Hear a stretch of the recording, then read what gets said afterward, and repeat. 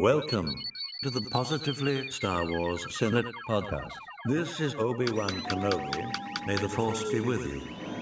Looky, Senator. Decent Jedi arriving. Let's make this our best show ever. I will sign no treaty, Senator.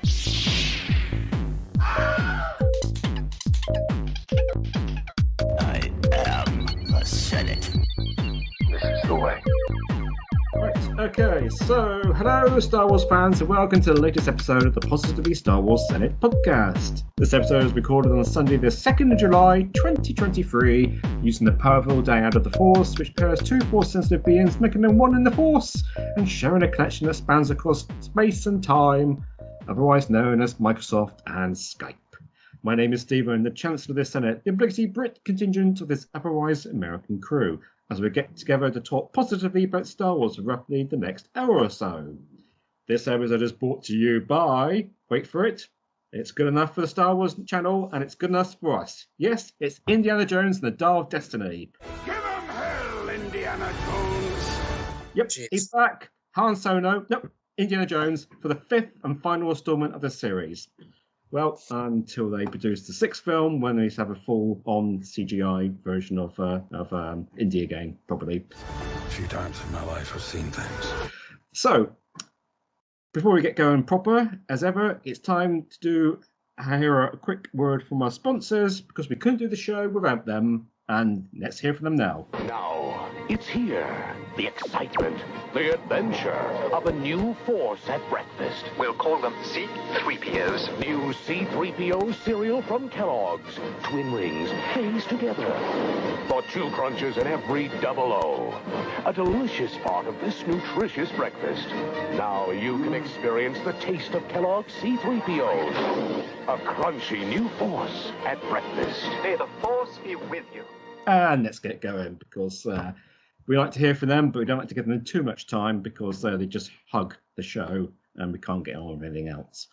But as I have introduced in the last few episodes of the show, I'm going to do some Senate quiz questions, and I'm going to give you the question at the start, and you will have the answers at the end. So it's just one question this time, but there's 2 parts to the question. And the question for you to think about over the course of this episode is, what were the first and last words spoken in Revenge of the Sith, and by whom? You know, I started watching Revenge of the Sith yesterday. So, and I haven't finished it yet. I got about an hour to go. I'll watch it before I go to sleep tonight. But I have no idea already. It's always the thing. It's always these first and last words. Things are always very difficult, because you just watch the film and you never think about what's the last thing or first thing that happens. But yep. So that is, what were the first and last words spoken in Revenge of the Sith, and by whom? And it is two different individuals. I will give you that clue. It's 2 different individuals.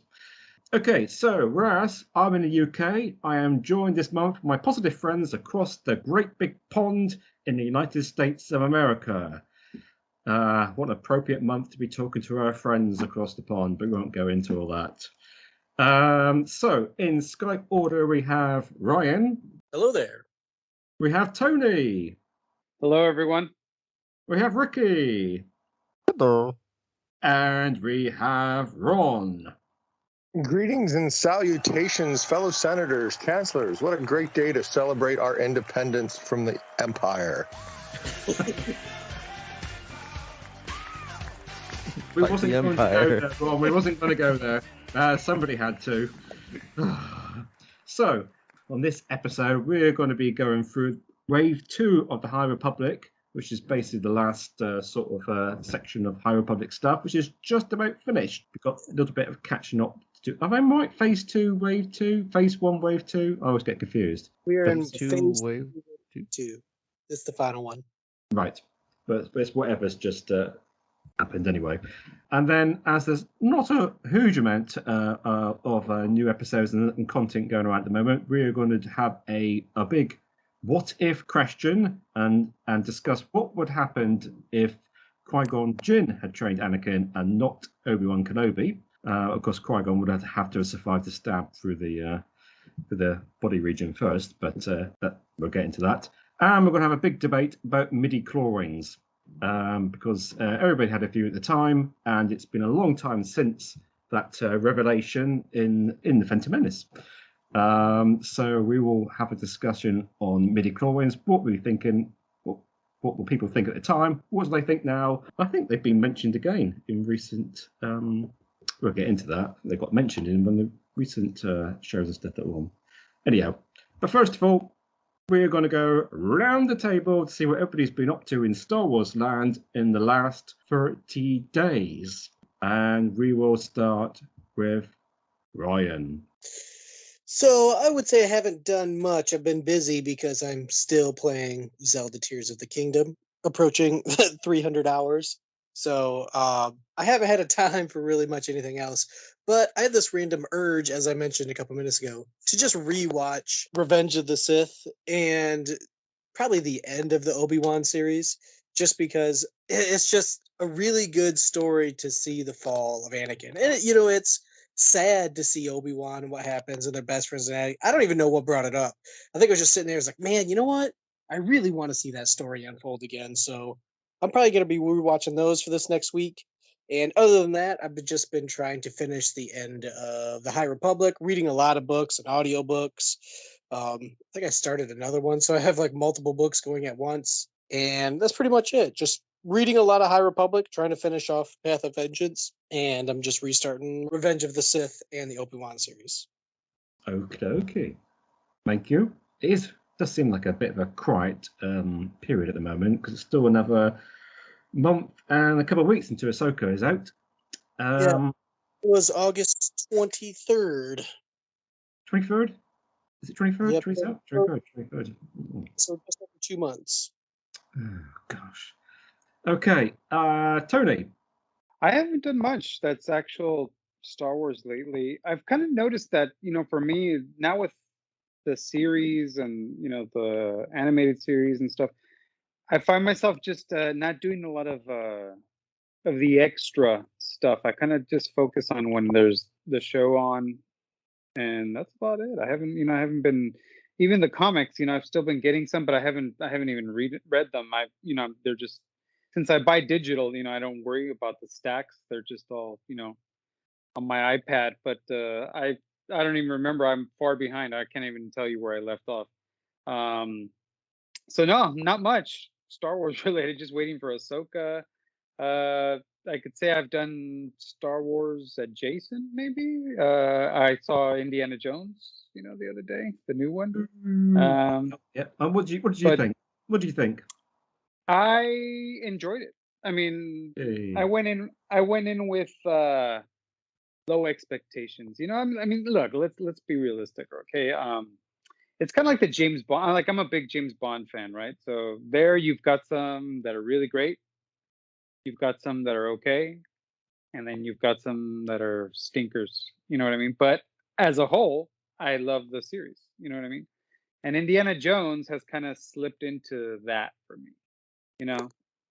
And it doesn't matter, the time that goes by or what, or whatever's going on with the movie. It's like I already know going in, I'm not going to get another Raiders of the Lost Ark. Okay? Like, let's just get that out of the way. You know what I mean? You maybe hope for, a Temple of Doom. You hope that you don't get another Crystal Skull, whatever it may be, whatever your favorites are. But the one thing I think everybody should just get out of their head is that you're not going to get another Raiders of the Lost Ark. Okay, that's that was just the magic that ignited the series, and that's not going to be repeated, at least not anytime soon. I don't think, if ever. So I mean, I always go in with that mentality, and I am not a Kingdom of the Crystal Skull hater. I will not fight you that it's not great or even good movie, but I enjoyed it, and I think that people just get a little too hung up on certain things, and myself included. You know what I mean? But I don't hate Kingdom of the Crystal Skull like everybody else is. Send me hate mail if you want.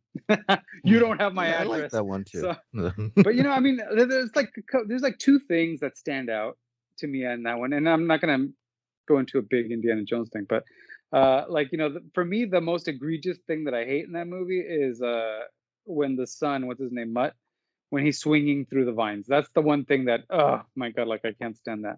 But it's like a little moment, you know, it happens, it's done, whatever, we move on. The nuking of the fridge, you know, that's much more ridiculous than some of the other things we've seen in the other movies. You know what I mean? So, you know, and I didn't even think anything of that when I can remember I saw that, you know, opening night in the theater, and I didn't, and it was, you know, silly, you know, but that's it. I thought, okay, it's silly. It's like when, you know, they fell out of the plane in an inflatable raft in Temple of Doom or whatever. You know, it's there's any number of things you could point to. I mean, yeah, is this one maybe a little more, you know, but you know, it's not these aren't that realistic. You know what I mean? So let's just not get so hung up on some of this stuff. You know what I mean? It's like, did you enjoy it? Was it fun? Did you know? Was it, you know? Is it what the series was based on? You know, like those old serials of the 1930s that were ridiculous and ended up, yeah, that's exactly what it is. You know what I mean? It's like, don't get so hung up on stuff. Did you enjoy it or not? And that's how I felt about the Dial of Destiny. Was it perfect? Absolutely not. You know, did it have certain I was things? excited with Crystal Skull because yeah, when in the part where they're swinging to the vines, because Ernie Reyes Jr. is in that movie and he's from Ninja Turtles, the second movie, so he plays Kino. Okay. So I was looking for him the whole time during that scene. I've only seen 20 minutes of the Crystal Skull, and it was doing that swinging the vines bit. Gosh. So that's So probably not really helped. It was doing that whole section, and I thought, oh, this is terrible. Yeah. But maybe I don't know. Obviously, need to see the rest of it at some point. See the rest of it and then judge it. But I mean, for me, that's and I will, you know, agree with everybody. Like that scene is like the one that like every time I'm thinking of watching it again, I'm like, okay, but I'm gonna have to watch that scene again, and it just really irks me. You know what I mean? So it's like that's the main thing. That's my main hang up, I think, with that movie. You know, but other than that, anyway, the Dial of Destiny, I enjoyed it. You know, of course, you know, They're there's pulpy, fun action movies. yes. I mean, you can pick it apart if you want, but Yeah. to get on a high horse and say that, oh my God, you know, it's like, what did they do and how did, you know, come on. You know, if you really look at all of them, they all have some level of ridiculousness.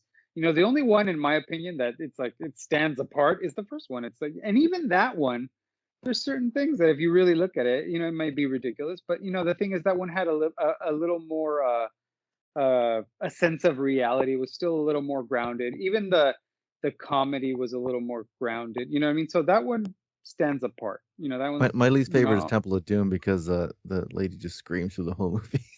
Yes, Willie Scott's annoying. You know what I mean? It's like yeah, you know, but anyway, it's just, you know, go have a good time, you know, turn your mind off, and you know, don't go in with such high hopes. You know, nothing needs to change your world at this point. You know what I mean? Just enjoy it for what it is. And that's I went in with that mindset, and I had a good time, you know. It's like, and again, I'm not going to tell you it's perfect because it's not, but I had a good time with it. So, and that's all I wanted, you know. So that's all I'm going to say about that. Okay, not so much Star Wars, but plenty of indie. But it is being rammed down our throat a lot by Disney at the moment. Indiana Jones. I think I watch it when it comes on D+, but I'm not going to go and, well, as you know, I don't really go near the cinema if I can help it. Okay, Ron. Hey, greetings, everyone. My bit of Star Warsing is a bit brief. I did catch that Mando behind the scenes. It was enjoyable enough. It's a bit of a PR piece of sorts. You know, it's all positive, but that's what you would expect out of a Disney making of sort of thing. And then we also, birthday happened and we scored the PlayStation VR system. And a Star Wars game came out with it. Haven't done much with it, haven't seen much with it because the kids have been playing it, but they haven't played much with it. But what it looks like is very, very, they were very excited to find more time to be able to be in that VR space inside. It's all set in Batuu, I think, or at least it starts out there in a cantina environment. And you're just going around doing different things, but you got the headset on, the VR controls, and looks it's gorgeous to watch. I haven't really, I've had a chance to play it, letting the kids play it, but watching it, you can watch the screen that they're playing it on. And they finished Lego Star Wars. They were very proud to finally make their way through Lego Star Wars. So yeah, it hasn't been much for me other than the behind the scenes. I did. We were talking Indy. I did in preparations of the Indy watch the Crystal Skull again. My hang up is the guy getting dragged into the ant hole by the ants. That just seemed. I remember my first viewing and now my subsequent second viewing of that flick. That seemed a bit silly for me. And looking forward, hopefully we catch Indy here either tonight or tomorrow. And so the question I have to ask Ron is, have you opened the box? Still in the box. Still in the box. Right. Still in the box. It's value. How long has it been, Ron? Every day. How long has it been since he's been asking me, or how long has it been? How long has it been now that you've had it? We were talking about that before you jumped on the call. I was an adopter or whatever you want to say. I did the HasLab and got it that way. Okay. Now, how did that work? Did you just send a deposit, or did you have to send the whole payment to do it? I think that was the first HasLab. I think that was the first HasLab from my recollection, and sort of. I lurked, watched it, saw how it was kind of supported at the very announce, and then kind of dovetailed, kind of flatlined, and then right at the end, like the last day or the day before it was going to, was the last day of it or whatever, is when it had enough backers that it was going to happen. So I think that helped solidify my decision as well, maybe.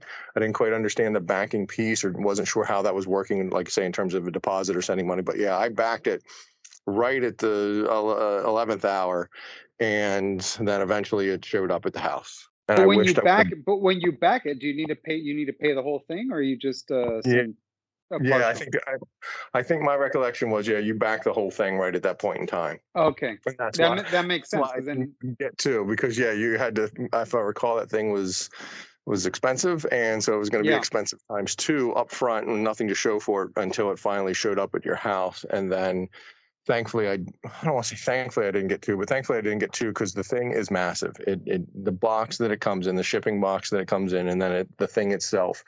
And that's why it's not unboxed. Is it like Indiana Jones size? You can fit in there if there's an atomic bomb. Yeah, no, it's kind of like that. It is a dining room table sized box. It is. I had to find pictures. I remember taking pictures of it. It's like a college fridge or one of those small drink fridges you might do. It's substantial. But anyway, so it was pony up all your money up front. It was no sort of deposit, and then the rest when it showed up. You just put up all that money and waited for the months or however long it took. Now they did give you updates. They sent, I don't recall what they sent, from that last day of backing it until it actually showed up. They sent some things keeping you update that it was happening. It's kind of like backing a Kickstarter or anything that you back where you're just like, oh boy, I don't know if this is going to happen, but like I say, I sort of felt more comfortable and pulled the trigger once they had the whatever number of requisite backers they needed in order to make a go of it. So, but yeah, now hindsight, like anything, wished I would have bought 2 because they are they very much held their value. Yeah, very good, excellent. Okay, well, one day, as I said, I found an unboxing video on YouTube. So not Ron's obviously, but somebody else unboxing the sail barge. So I'm gonna have a look at that later. Okay, Ricky. Hello. I've been playing a little bit of Fallen Order, but I was excited to see that trailer for Outlaws. I'm waiting for that to come out. That looks great. But I haven't been playing much of Jedi Survivor because I'm trying to finish up some other games before I really immersed myself in that one. Because I realized when I was playing Jedi Survivor, I was hitting the wrong buttons. Because I've also been playing Spider-Man on PC. I'm like 92% on that game. So like I'm trying to swing my web while I'm Cal Kestis. So I'm like, I need to finish that game first before I jump into it. But the game's awesome too. Just been doing a lot of board gaming. I finally dived into Star Wars Villainous with my daughter. We've been playing that, and that one's been cool. I've been playing that Funko game that came out last month. Then the trading card game, or the deck building game, the other Star Wars one. That one's been pretty fun to do. But because I have tons of Star Wars board games. But that's been pretty good. And then me and my daughter started watching. We're starting our mega rewatch all over again, like we did a couple years back. where we're watching everything in chronological order. But we're gonna do it strictly canon this time. We're not including the Ewoks movies or the Gindi Clone Wars. So we started off with the Tales of the Jedi stuff, but we watched the episodes with Qui-Gon when he was young, and then we watched those ones first, and then the Ahsoka, I think, when she was born. And then we jumped into episode 1, and we watched that whole movie. And then we watched the one that showed Yaddle after that. So now we're on to episode 2, Attack of the Clones. So we're going to watch that next. But yeah, we have a long road ahead. We had to include Andor this time and Kenobi, and Bad Batch. So, but we watch a little bit of time here and there, and hopefully we can get pretty far in before Ahsoka starts. So there's always something Star Wars to watch in my house. So. But yeah, that's pretty much been it. I haven't really bought anything. Father's Day, I got my wife and my daughter got me a really cool Book of Boba Fett backpack that I use for work. So that it says bounty hunters all over it and everything. It's like Boba colors. So, but yeah, that's pretty much been it. It's just watching, playing some Survivor and watching the trailer for that game and just rewatching the movies. So, oh, and then I finished up the books that we were going to talk about. Oh, you got to finish that Survivor thing. I watched it on YouTube. I can barely remember what happened now. So you're going to be reminding me. I know, and I keep thinking like I gotta hurry up and play it because you probably want to talk about it, and like it took me like 2 years to beat the first game. So yeah, it's going to be. I'm going to forget exactly what happened then. Oh dear. And of course, everybody remembers. Well, nobody here, but I did pop myself a bargain at the local market in the village. You can't believe it, on the junk store, which is usually full of plates and cutlery and books that nobody really wants. Somebody had put there one of those what they call the pop heads. What are they called? Ryan Cats and bubble heads. The ones, the little toys with the really big heads that wiggle on top of the bobbleheads. Bobbleheads, yeah. Pop. I think it was Pop in the title. Anyway, somebody put. Yeah, there's Funko Pops, and then there's the bobbleheads, and then the Funko Pops can also have bobbleheads. So there's a Funko Pop. There's a Pop in the title anyway. You're going to be showing me. I threw all the packaging away because I haven't got room to keep all the packaging, and I paid a couple quid for it. I could have picked it up for like 20p. Nobody would know because it was on a box. And but I did put a couple quid in there. It was all the money goes to a local food bank. So I have on my little Star Wars shelf. I have Maz Kanata little thing there. So I'm quite pleased with that because everybody knows I like a bargain, and that was absolutely a bargain. So we are going to move on away from around the table and on to our first and probably main topic of the day, which is the High Republic. And we have, Ryan is going to explain it all because I always get things wrong. So Ryan's going to go through. I'm going to summarize where we got to, and then we're going to have a little general talk about how things have gone down. So it's over to Ryan. Is that from what music is that? Do you hear music? No. Is it We Are One? We Are Many? I think an ad's playing and I can't turn it down. It's like I don't even know. I can't hear anything here. Okay, so just on Ricky's note where he said he's playing Villainous, there is the expansion. I can't believe I missed this. They announced it June 13th, but I don't know if you've seen what the 2 additional expansion characters, or I guess 3 expansion characters were, Ricky. Did you see that? I looked it up, but I don't remember. So they gave the hint that Boba Fett was coming. Remember, the next expansion is Scum and Villainy. So Boba Fett's going to be one expansion for Villainous. And then I'm shocked about the other 2. The other one is Cad Bane in the set. And then Inquisitor, the 7th Sister. So I was really surprised by that the 7th Sister was going to be in it. So Boba Fett are going to be fighting Han Solo, right? Maybe, and then Cad Bane is going to be maybe fighting Anakin. Is it going to be Clone Wars themed? Huh? Well, because they said they have an explanation here. It was Boba Fett players can switch sides of the board, mimicking how bounty hunters fight against each other. Players stepping into the role of Cad Bane will be forced to rely on their allies for initial attacks so they can deal the final blow. And then the 7th Sister players will have to use every ounce of their ambition to defeat her specific heroes who are always just one step ahead. So she's basic defeat. Which one's the seventh sister? The one with the pointy hat and the droid on her head. Oh, okay. The animated green, right? Greenish, yeah, looking. Okay. And the game releases July 30th. Hey, is she a Marillion like Vern? No, well, she has like a big cone on her head, so I don't see any of her tendrils and stuff like that. Oh, interesting. So, but all right, to the High Republic. And just a note before we start, this will probably release after the episode, but in case people missed it, July 5th is the next episode of the Star Wars YouTube High Republic show, where they reveal the fate of everyone's favorite Wookiee from High Republic, Buri Yaga. So I'll be excited to jump into that, I believe, come Wednesday. They were like itching to talk about that at Celebration on the panel too. They kept like mentioning, like, yeah, but they made think he's dead. I mean, he's alive. It's so obvious he's alive. Like, come on. I think they're making a big stink. But I think he's gonna be alive, and then he's gonna die. Or maybe he's just he's hairless now after a freak accident with the star going down.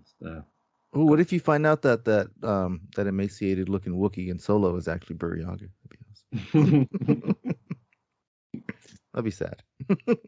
He's alive. I'll be flabbergasted if he's anything but alive. Yeah, he has to be. So I guess onto the High Republic. So remember, this is Phase 2, Wave 2. And overall, Phase 2 is 150 years before Light of the Jedi, or 382 years before our Battle of Yavin. So, and this all takes place, the end of Phase 2, Wave 1 was Battle of Jedha, the audio drama. And I'm going to start with, I guess, kind of story order, but not read order. That's a big problem I have, and a lot of arguments that I put online is that so rough with these. The read order is not what Star Wars is telling us to say, because the middle grade books spoil the adult books. They both spoil heavily the adult books. And I got very mad when I listened to whatever the guy's name is, he's like the head of Star Wars writing. And he's like, oh yeah, go ahead and read the middle grade books, it's fine. And it completely spoiled both adult books. So I was very upset about that. And I will have that argument every day with people. But this won't be read order. I just want to get the middle grade book out of the way first, because I think it's the least impactful to the story. Wait, is that the one Steven hasn't read yet? Planet X. Yeah. Hunt for Planet Crest 8, Planet X. That's for Planet X. No, I haven't read it yet. I don't know if I will now, to be fair, so don't worry about it. Well, yeah, it really doesn't count, or I don't know. I'll break down, I'll give the bullet points of the stories. Should we let Tony know that these are like, this wave is like a prequel to the one he's reading? So this happens like thousands of years before. Reading. This current one is a prequel? Yeah, the one that we're talking about, this is like the prequel era of the High Republic. The whole phase, the whole wave. Oh my gosh. Okay. I did just say 50 years before Light of the Jedi. Yeah, it's a prequel. Yeah. Oh my goodness. I wouldn't even call it a prequel. And is it more like a flashback or like a full-on prequel? It's more of a flashback, and it gives some backstories on the creation. Flashback, they don't tell you what's going on currently. It's all takes place in. Yeah, but a flashback happens like farther back. So, but I'll just kind of break down the story and then overall thoughts on the entire series after we discuss like all three books. But we can discuss each book. I don't have a lot of notes on it because honestly, I don't think Phase 2 is all that impactful. So, but anyway, the not read order, but the story I just want to get out of the way. Quest for Planet X. So this one I think happens kind of the soonest because it's a couple days after Battle of Jedha, the audio drama. And in short, this book is, like I said, this is the middle grade book. So it's just a story of teens and adventures and being away from their masters. It's Padawans. It's being away from their family on their own adventures. And the most Cliff Notes of Cliff Notes is they attempt to go to Planet X and they don't make it, and they turn around and go to Dalmar instead and turn on the satellites. That's it. That's it. The whole book. Oh, well, that saved me a lot there, Ryan. Yeah. I figured they didn't make it to Planet X because they never came up with any of the stuff. Yeah, they should have called the other book Quest to Planet X. Because they actually went to Planet X. The quest is going to go through. But even though the story was probably the least impactful and important overall to Phase 2, I do have a couple notes where it has some bigger Star Wars things. So here's the thing I like about High Republic. It goes into the really off the wall stuff. Aliens are more alien. Like there's a cloud alien in Phase 1. There's a giant mushroom planets that like eat people type of thing in the comics. So it's that copies their auras so you can talk to them like they're real people. So I like when things get outside what we can imagine aliens in space can be. So and I do like some of the history and technology of Star Wars, and I think Planet X had some good notes. So while the story really wasn't that important, it's unfortunately I have to say it did say some cool little things that I don't know if you guys remember, but Sky Graf, so we all know the Graf and the Santeca families. Sky Graf was the teen. They have a large dish, like a compass, that allows them to track origins. So it's like a big copper plate with a pink jewel. So I don't know if you guys remember that. And they hooked it into the hyperspace system, and it would jump them trying to look for Planet X because one of the characters, Das, was previously on the planet. So they're trying to find Planet X. And the whole reason of this adventure is because Sky Graf, they're looking for their father. Their father went missing, and they think that their father went missing by looking for Planet X. So that's what Graf wants to do. And they just take some, Jedis and other people with them, some Padawans and other people with them to try to go on this adventure. Where they just was he looking for his dad or was he looking for the ship? They were looking for their dad. They don't go by he or she; they go by they. So, but they were definitely looking for their dad. Well, I was talking about the other kid. I thought he was looking for his dad's ship. Oh, you're talking about Das? Das knew where his dad was, but Das wanted to go, I guess, back to the planet anyway, because he wants to still be a big explorer type of thing. So his dad didn't want to go, but he felt like that ship was like their house, though. Right? Yeah. I feel like that was the whole point why he... I did enjoy this weird Star Wars technology where you have this big copper plate compass that allows you to track a person's frequency or origins and like take backs. Like I said, I like when things get kind of weird. So that's a cool little addition to Star Wars. Is when sci-fi, yeah. Yeah. They talk briefly about hyperspace, and any talk about hyperspace lately, especially in the High Republic, has been really interesting to me. So, and they say that no one really knows what hyperspace is, that is simply another plane of existence. So to me, years ago, I used to just think hyperspace was, oh, they're just traveling between 2 points. No big deal.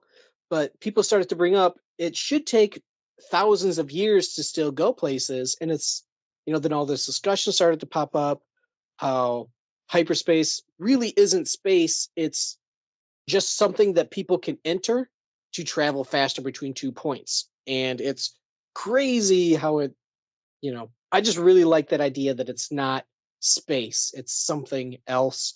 And that makes the Purgles even more interesting because they don't travel in real space. So they travel between areas using hyperspace. So any mention of hyperspace, I think is cool. And I just think it's a good addition to the lore. So, and heck, maybe where we're discussing possibly getting to midi-chlorians today, I'd like almost to discuss hyperspace because I just think that's a really cool thing. Yeah, it is like really like I like that they've kind of explored it a lot in High Republic. Like it was really vague before, and it's kind of like, okay, you jump into, but like you said, it's an actual space, and they always did call it real space when you're not in hyperspace. So yeah, it's very interesting. So yeah, that's a good point too. They call one real space and hyperspace. So, and now this is kind of mentioning, oh, it's a different plane of space. You're like, man, that's cool. Like a sub thing that you can get around quicker. So it's like, that's cool. Even though you can still collide with things. And they do mention that hyperspace can't be affected by people, but only objects that affect space, like planetary objects that warp gravitational poles. So it's still affected by large bodies, but it's really its own thing. So I was like, okay, that's really sci-fi, and I think that's cool. So another one of the Graf family, and I just thought this was a good note, especially over the big discussion we have during the last season of Mandalorian. One of the Grafs slices in, technically it's his ship that gets stolen, but he slices into the ship that he's not on, and he can remotely control it. So like we've seen with the Jack Black episode of Mandalorian, where they're like, they slice through the. Like I said, it is his ship, but he does have technology to control it remotely and get into the system and totally take over it. So, in my weird connection mind, it's like, well, this one graph person could have, and the graphs are very secretive. Same with the Santekas. They have their own technology. They have their own beacons for traveling hyperspace. They keep a lot of things hidden. So it's very well they could have the technology to slice into ships, and just Jack Black's character and his planet also have the technology that they keep very secret. So any mention between kind of shows or ideas, like where Rising Storm discussed, I can't remember something, but Rising Storm had a ton of things that tied into future Star Wars movies. So I thought that was just a good tie-in. Oh, a cool battle that stuck out was the Padawan Roper. And again, I read with pictures in my mind. She tethers herself to the ship, pushes herself outside the ship into space, and then as starships are shooting at her, she's blocking them in space. And it's cool how they wrote it, how she gets thrown backwards by the concussive force of the laser, and then she kicks off the ship again to like battle all these ships flying around her. So I think that's just a cool visual, how you're tethered to a ship, you get shot, it pushes you way back, and you kick off the ship again to try to block all this laser fire. So I thought, that was pretty cool, like a 0G space battle. I think that was a cool idea. Yeah, and then they're all looking at Roper like, what the heck are they doing? Like, that's crazy. Yes, she just run and jumps off the ship in space. So that was cool. I mean, she did have a suit on, so let's not start thinking, oh, she can't survive in space. And then kind of the biggest thing, and I don't even know if it's connected, but it just randomly mentions that Padawan Rooper takes a compass from the Jedi archives on Betu, and they give it to Das. And Das is, like you said, the kid that's in it. But Das has a close connection. Das's family, his name's Das Lethbrook. They have a close connection to the Santekas. And it's really weird that they just specifically mention, but never go back to it, that Padawan Rooper gives Das a compass from the Jedi that is able to track places. And if we remember in The Last Jedi and in the Battlefront game, Luke has a star compass that he uses to find Ahch-To. So, and that's it. It just says, oh, and they give the compass to Das. And I was like, why did you write multiple paragraphs about Rooper taking the compass and then giving it to Das and then never talking about the compass again? So, and they literally call it a Jedi compass, and that's exactly what they call it in the Battlefront games and what it's called in like the visual guide to The Last Jedi. So I just thought that was interesting. We may have a backstory on the compass that Luke Skywalker has.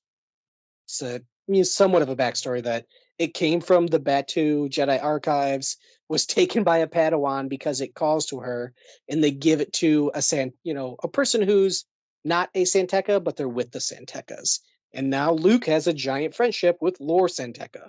So it's just nice connective dots that people could attach that maybe not mean a lot, but any connectivity in Star Wars I think is interesting, especially with all the time you spend in all these books. It's like, give me something that connects. So overall, I don't know what you guys thought of Planet X. I guess it's really just for Ricky, since no, it was okay. It was fine, but yeah, I was a little disappointed that they didn't actually get to Planet X. Once I got to like a third of the book, I'm like, yeah, they're not getting there. Yeah. Like they started going to another direction, but yeah, because Path of Vengeance covers it very heavily, which is cool. But it is weird. The adventure of the book is to go there, not get there, go and come back. So it's. So would you say my spoiler warning for it was relevant, or was I over cautious with it? Maybe yours a little bit, but I definitely say by chapter 30, it straight up says, oh, this ends and this happens and all that happens. And here's where they all go. And I'm like, whoa. And I get relatively angry on Reddit, where people are like, well, I don't think it really spoils it. It's like the first book straight up says the war is over.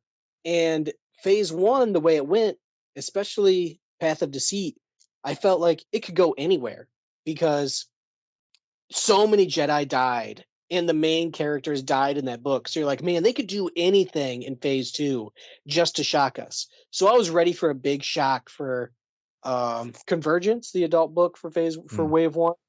And then this freaking middle grade wave 1 book just says, peace treaty signed, everyone's happy. So I read the whole book, and that's exactly what happened in phase 2. People are like, oh, no, you can read the Middle Grave book first. And no, it straight up says the war's over, and spoiler alert for what we're going to talk about, all the path of the Open Hand members just go into space in the Gaze Electric. And I was like, well, I guess I don't have to worry about anything because everything Do you survived. remember who was the Jedi that they met up with on the ship when they got there to start doing the beacons? Was it Salandra? I don't remember. Yeah, because talk about wanting to train with the shield again. Yeah, see, That's that's what I thought was a spoiler because of the other book and Salandra's in it. That's why I was like, well, how you didn't even know she was going to be there during that other book, and then she kind of just pops in. You know, my whole thing was them like doing the Battle of Donna, and then like when I read the other book that came out before this, I didn't know there was any other Jedi there, so I thought that was a spoiler to me that everyone else was there. You know, a lot of Jedi showed up, and she's one of them, so that's about it. Yeah, but like when I read the what was the other one that actually did it? What's the main book called? The adult one. Cataclysm. Cataclysm. Yeah, I had no idea there was any other Jedi there, so that's why like when I was reading that book, I was like, oh, they were still like, what's up with these other people? So when that book started talking about like oh, they ran into this person, there's a whole bunch of people in space surrounding the planet like that, I thought the whole knowing everybody was out in space was a spoiler to me. So okay. So yeah, that was my reason for caution. It's fine to be cautious. I did stop and I just switched over to Cataclysm. So, but then I guess on to Cataclysm. So I guess in short on Cataclysm, it's about the mother who runs the path of the Open Hand, and she wants the battle between Irem and Arona to continue, just to create chaos for the Jedi. And if anybody remembers, Convergence probably easily jumped up into my top 5 of any High Republic books. I loved Convergence. So reading Convergence and Cataclysm back to back, because they're barely a couple weeks, maybe a month apart, reading those back to back is a great story. And this is like the meat and potatoes where Path of Vengeance technically closes out everything. This is the big battles. And I got to say, Cataclysm is pretty violent for Star Wars. Like, people get burned by acid. They get stabbed in the leg. One character they straight up say he breaks his femur. So I guess even in Star Wars is killed, still called a femur. So people get like limbs chopped off. Lots of Jedi turn to ash. So Cataclysm is loaded with action. I wouldn't rank it as high as Convergence because Convergence almost had like a love story with it too, and I like that sort of stuff. But a lot of battle in Cataclysm, and that's pretty much the main thing. This is the meat and potatoes where they go to Dalna, they have the big battle. So if you want to read a book with a big battle and like the outcome of that, it's like I definitely recommend this. And the big note is it has a ton of Yaddle in this. So from everyone's favorite other Yoda species, Yaddle is in this. She seems very, very old in this book. And then when you watch the Tales of Jedi, she's like kind of spry and running around. So I don't know. I think they wrote her too old for this book, especially the audiobook. Like when I listened to it, like they made her sound like she was on her last leg. So if you recall, they straight up say, and this is a big thing that I noted, that Yaddle is around 200 years old at this point of the story, where I think Yoda is like 500 years old around this. And Yaddle is 200. So Yaddle's like decades younger than Yoda at this point. But yeah, she's definitely still written like wizened, but realistically she's in her 20s. No, in the book she's like, okay, child, come here, let's go here, hide here in this bush. Like that's how she talks in the whole book. So I'm like, yeah. Oh, that's she's also got some of the worst child to look after in the world. Yes. Yes. And that was a thing. That was some of the notes that I wrote about this book, where there's not a lot of notes on it. Where, like I said, it's just, and I'll cover the ending here in a moment. But it was a really big battle book, so I 100% recommend Convergence and Cataclysm back to back because they are great together, like just great. I mean, there's suicide bombings like on the moon with bioweapons. There's people blowing each other up.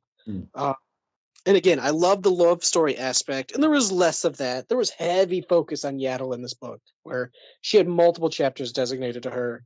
We're the two characters from Iron and Arona, Fantu and Ziri. Like Fantu pushes Ziri out of the way and takes a knife. So that type of sacrifice thing, he doesn't die, but he takes like a big damage to it, is really good, and that's why I like these books. Just great characters from Gela and Axel. Axel and Benoit. The Gela and Axel stuff was good. Even crazy one-off characters like Kenny of the Night Clan, where he makes this big deal that he's Kenny of the Night Clan, here to rescue the day. And Oh, then you should his have team. heard that guy's voice on the book. Yeah. These are all read. I didn't listen to any of these audiobooks, which I'm around to, but it's just funny. These characters are written really good. Like, this book is just good all around together. So if you want a lot of Yaddle, this is definitely a recommendation for that book. I did enjoy all the stuff with Axel, with like his mom and everything. You know, like the relationship he had between the mother and his actual mother. You know. Yeah, he's just a good character where he feels like he needs to be evil, and Benoit is. And I don't know how they pronounce it in the book, but I pronounce it as Benoit since I read it in the audio drama. I don't know. I think he's a bit like Scott. Benoit, right? He's a bit like Scott from like Austin Powers, Dr. Evil's son. Not quite evil enough, sort of quasi-evil, semi-evil. He says. I think it was Benot in the book. They called him. Benot. For some reason, I kept thinking of him as a shark, but I don't know why. But yeah, me too. I always had him. I think it's the voice he gave him at the start, and I always envisaged. He calls it that. Yeah. Like a shark. Yeah, shark face kind of thing. But I don't think he did anything like that because he appears in one of the comics, I think, in that thingy and stuff. It's a shark. It's like another Mary Allen, so he has all the tendrils, so he might be another water species. But yeah, Axel's just a great written character. Chancellor Greylock steps down, so Axel would be a great combo. Breaks up in space, but yeah, I won't cover like a big part of the story because I know we're moving along pretty quickly already. It's also a good effort for not to bring your child to work. Yaddle and Sipa. Again, I don't know how it's pronounced, but it's Cippa. I pronounce it Sipa. Sipa? Is it Sipa? Yeah. So Sipa, Yaddle and Sipa was really funny just because Sipa's like this, I love the Force and I want to keep using these powers and I want to help and I want to help. And Yaddle's just like, sit down and shut up type of thing. Throws people around. She like scares these guards that are doing the guards are. Yeah. So she seems like she wants to help. But again, she's a kid and she doesn't realize how extremely powerful she is. So that was just great character stuff. Let's see. Some of the other important notes that I had just for a little bit. Enya, so there's a Padawan. I think it was Padawan or she just came at night. Enya. I like that she notes that she picks up a lightsaber and it feels heavy to her. So I like the idea that the High Republic is pushing, and even more in a lot of Star Wars, that it's the crystal that chooses you type of thing. And anytime someone picks up like another saber, and that the new canon had made that you have to break the crystal and able to turn it red, you have to, put all your hate into it. You have to bend it to your will because the crystal doesn't want to work with you. You have to force it type of thing. So I love the idea that Kyber is, as they said, literally living crystal where it connects with people. And this was kind of weird how it almost feels like these chapters split up. A lot of nameless show up, and I was like, well, where did these come from? Well, I was confused about that too. Yeah. Confusion with these stories. They are so intertwined. I almost need like a cut where it like breaks up chapters of the book type of thing. That was in the comics, it was really odd the way they give you like aspects of the story and different things, which is, I mean, now having read all of them, it's like, okay, it all fits together. But like at the time, I'm like, well, why do they have all these nameless? Yeah, I was like, where did that come from? So they did have a really cool power move in this one where Yoda and Yaddle team up, and I love when they do stuff like that. And they made it sound super epic. Like Yaddle lifts up tons of dirt and clay to try to save people, and then Yoda lifts up moving water to get people out. So it's like I see this huge battle where they do things people don't see. Like Yaddle lifts up this building size, thing of clay. Yoda's able to capture moving water into like an orb and like throw it out of the way just to save people. And it's to see those in my mind, see those two team up was just really cool when you have big epic Star Wars moments like that. And then I guess the big note, because everyone always asks like, well, if Yoda's around, why doesn't he just tell everyone about the Nameless? At the end of the book, it mentions that Yoda and Master Creighton's son, and Yoda apparently has, and that's the other thing where there's a lot of open-ended still notes on phase 2 where even Yoda says he's aware of the Nameless even before this. He's like, oh yeah, they're a threat. I know about them. And it's like, wait. Where's that story? Where an even younger Yoda meets, I guess, Planet X and all these nameless and all the Sri Karai, and apparently does something and he's aware of them. And even Yoda's like, listen, this is a threat to the Jedi. We cannot get involved in this. And this said that Yoda and Creighton's son will keep this secret, and then they won't put it in the Jedi archives because they're worried that if Jedi find out there's a creature that will turn you to ash and suck away your life force, fear will spread amongst the Order. So they straight up say, we're just going to keep it secret, keep it safe. And I was like, well, okay. I mean, maybe we'll find out. Kind of like, let's sweep this under the rug so no one finds out. Like, well, that's convenient for phase 1. Yeah, phase 3 has a lot of shoes to fill here because phase 2 didn't fill in a lot of stuff. So, and then the last book that should be actually, so I would start with the adult book Cataclysm, and then X. Honestly, I was gonna save it for later. You don't even have to read Planet X. You can just skip both. You really middle grade don't. books because, and I recommend the middle grade books for phase 1. I always get mad at people when they say just skip the kiddie books. I'm like, no, man. It has Vernestra. It has these big battles. Especially now, Vernestra's more important than ever with Acolyte coming up. Like, you can't skip this stuff. And it talks about Dalna, which is all phase 2. Well, now I'm like, phase 2 middle grades, don't even bother. I mean, it's a kid's book. If you want just more Star Wars stories, cool, but it has no effect at all on any of phase 2, the stuff that they cover. And I'm like, this is totally unconnected stories, man. So I was kind of upset with the middle grade books, but they're good middle grade books. But phase 1 middle grade books were good stories. So it's like, okay. So there was only, 3 books for this phase? There was 2. Yeah, there's 2 waves for phase 2. So it was Cataclysm, and then what's the next one? Path of Vengeance. Path of Vengeance, yeah. I could not remember that. Yeah, that's the final, and really those are like the young adult books are just as important, just as much so as the adult books. So Path of Vengeance, and again, this one is also revolves around the battle. It goes a lot into the battle, but this revolves around. It finally gives the backstory of the mother. It follows the Rose and Marta and Yana and how they split up, and to go their separate ways. And it follows other people like a Jedi named Olivia. It follows Maddie, which is from the comics, which the High Republic Phase 2 comic was okay. And I got to say, Path of Vengeance 100% spoiled the comic for me because there was 2 issues left to go. And it spoiled it 100%. And I was pretty upset because the last 2 issues were bangers, man. Like Jedi Vilder. I haven't even looked at any of the comics. Dude, yeah, Vilder Mac takes an old gauntlet from the Sith and fights the Leveler like barehanded. I'm like, yeah, it's 100% spoiled in Path of Vengeance. So I was like, oh man, that's a real bummer. So, but a lot of cool things still happen in the comics, which I won't cover. But Path of Vengeance, in short, is more battles, but the big meat and potatoes for it is really Planet X. I loved the thing of Planet X, where it's like pretty much a living planet. Everything they have to pass through water and space to get to the planet, like miles of water and it space. had like a shield around it, right? The veil. Veil, that's what called the veil. Water. Yeah, it's not really water, but they call it. It's like water. So it has this shield that hides from everybody. That's where the Nameless are all from. They come from crystal eggs. The planet heals and almost gives everybody the ability to connect to the Force because Marta Rowe is like, so this is what it's like to be a Jedi. You feel the plants, you feel the life, you feel people's love, and you feel their hate. So I love the deeper look of Planet X, which is cool overall. Well, and then when they were going in, it was possessing the Force sensitive dude to tell them all, like, you're going to die and you're going to be eaten. Yeah. Like, so was it the planet was trying to protect itself from Force users? Yeah, it seems like the whole planet is just, they called it a nexus in the Force.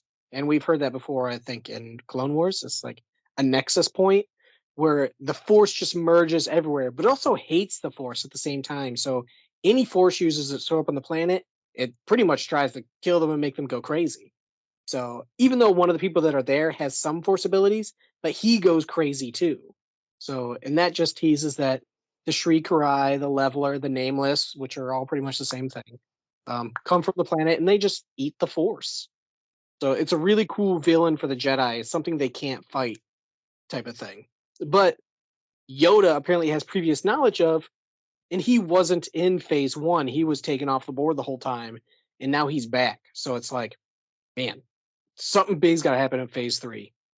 But so the big thing that's kind of revealed, and this is kind of my problem with Path of Vengeance. Like I said, it's all a big battle. Lots more good stuff. Not as good as the adult stuff, but we finally get the same. Was it the same author as the first one, as Path of Vengeance, or was it different? No, I think they're all different. They just kind of had like different authors. So, and at the end of this, all the nameless except the leveler were killed. One of the Jedi goes crazy, and he writes the poem of the Shri Karai that we hear from like Rising. Oh yeah, the song, the lullaby thing.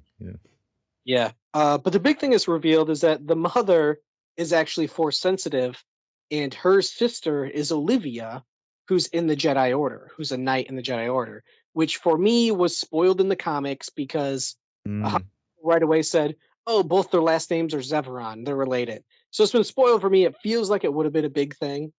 But it's like, okay, the whole time I was like, Olivia's acting like a jerk because she knows it's her sister. And then it feels like a total cop-out at the end because it reveals the mother's motives for hating the Jedi, for creating the Path of the Open Hand, which eventually leads to the Nihil that hate the Jedi.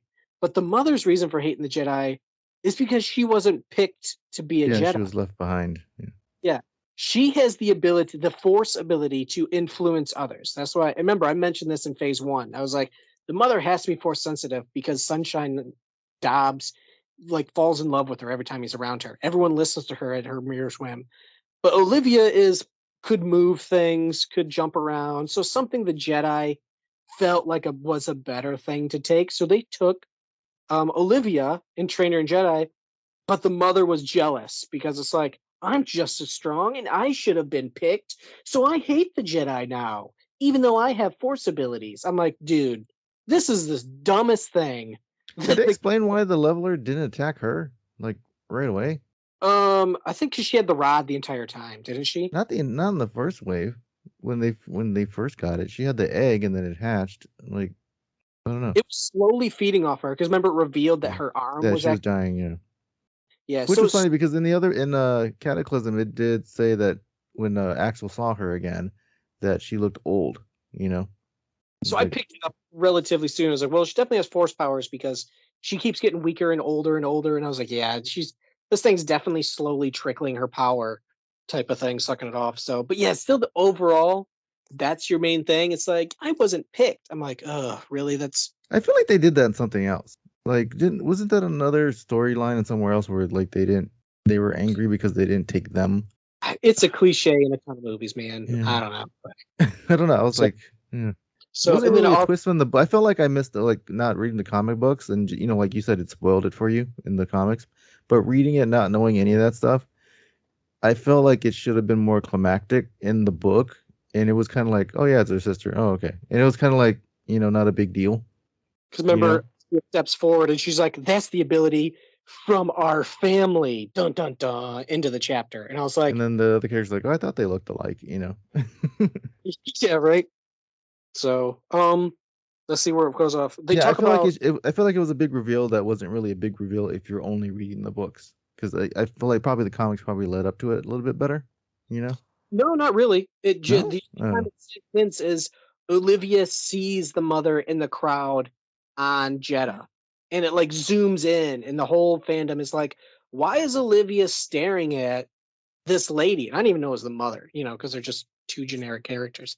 I was like, why are they staring at the mother? It didn't even say it was the mother. They're just like, that's the mother.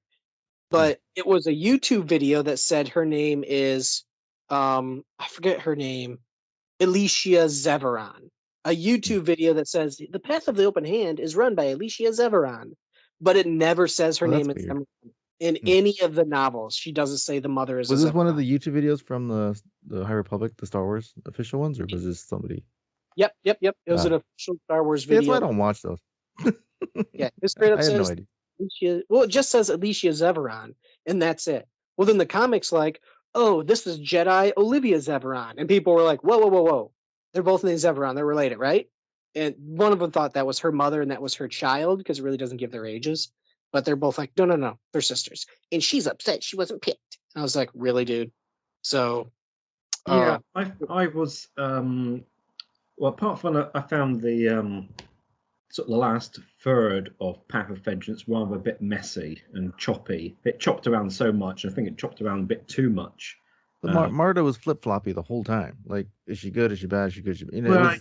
kind of annoying. There wasn't so much that. Yeah, I mean, Marta, I've never really figured out. I think she's just a really complicated character as well. I'm going to go down the line because she just seems to change every page, doesn't she? So I'm trying not to go into that. I think she's just a complicated person trying to figure herself out. But I meant chopped around in terms of it, especially the last couple of chapters. It just chopped around in time, chopped around who it's concentrating on. Yeah, it did. One paragraph was one bit, and the next paragraph it jumped at another, bit to another someone else. I think it lacked a conclusion, and like you just said, Ricky, it lacked a climatic conclusion. I found the whole mother thing, which had been building up to for the whole thing, fell a bit flat for me, kind of because most of us had kind of worked out where it was going. But even when it got to that point, it didn't really have the. It wasn't quite like suddenly. Palpatine is revealed to be a dark Sith. And I think it might have been. It just didn't really. It might be because like each of the books covered the same plot and story. Like you're just watching the battle from like 3 different views. So it's like, I think like that's why this book at the end it's like okay, we really knew the battle ended. Yeah, and I think the whole that what Ryan says, I didn't get picked sort of thing and stuff just didn't really. It was like, well, and that's your reason for all this? It doesn't really feel like it was quite the backstory to explain it all away, and it kind of got explained away quite casually considering everything that had gone on. So I was a little bit. I wouldn't say there's no. I mean, as it is with a lot of these things, it's a bit like with Lost. To go on that, as I always go into Lost, sometimes the answers aren't as interesting as the puzzle or the secret, and it might just be a case of this where it just wasn't never going to be as interesting as the whole debate about what was going on in the first place, and we just have to accept that. But it was kind of what happened to her at the end. I can't even remember what happened with the mother. Did she die? She died. She had the Levener on her, didn't she? So the way it ends is that Marta still has the Rod of Sins, and she has the Leveler. And she gets mad at the mother because she's like, you did all this for that. And they're kind of hid away. The mother's all beat up or whatever. And she just fixed the Leveler on the mother, and the mother dies. So that's all the Jedi are standing around in other tents. Yeah. So, and then Marta takes the Gaze Electric. So obviously that's Marchion's family line right there.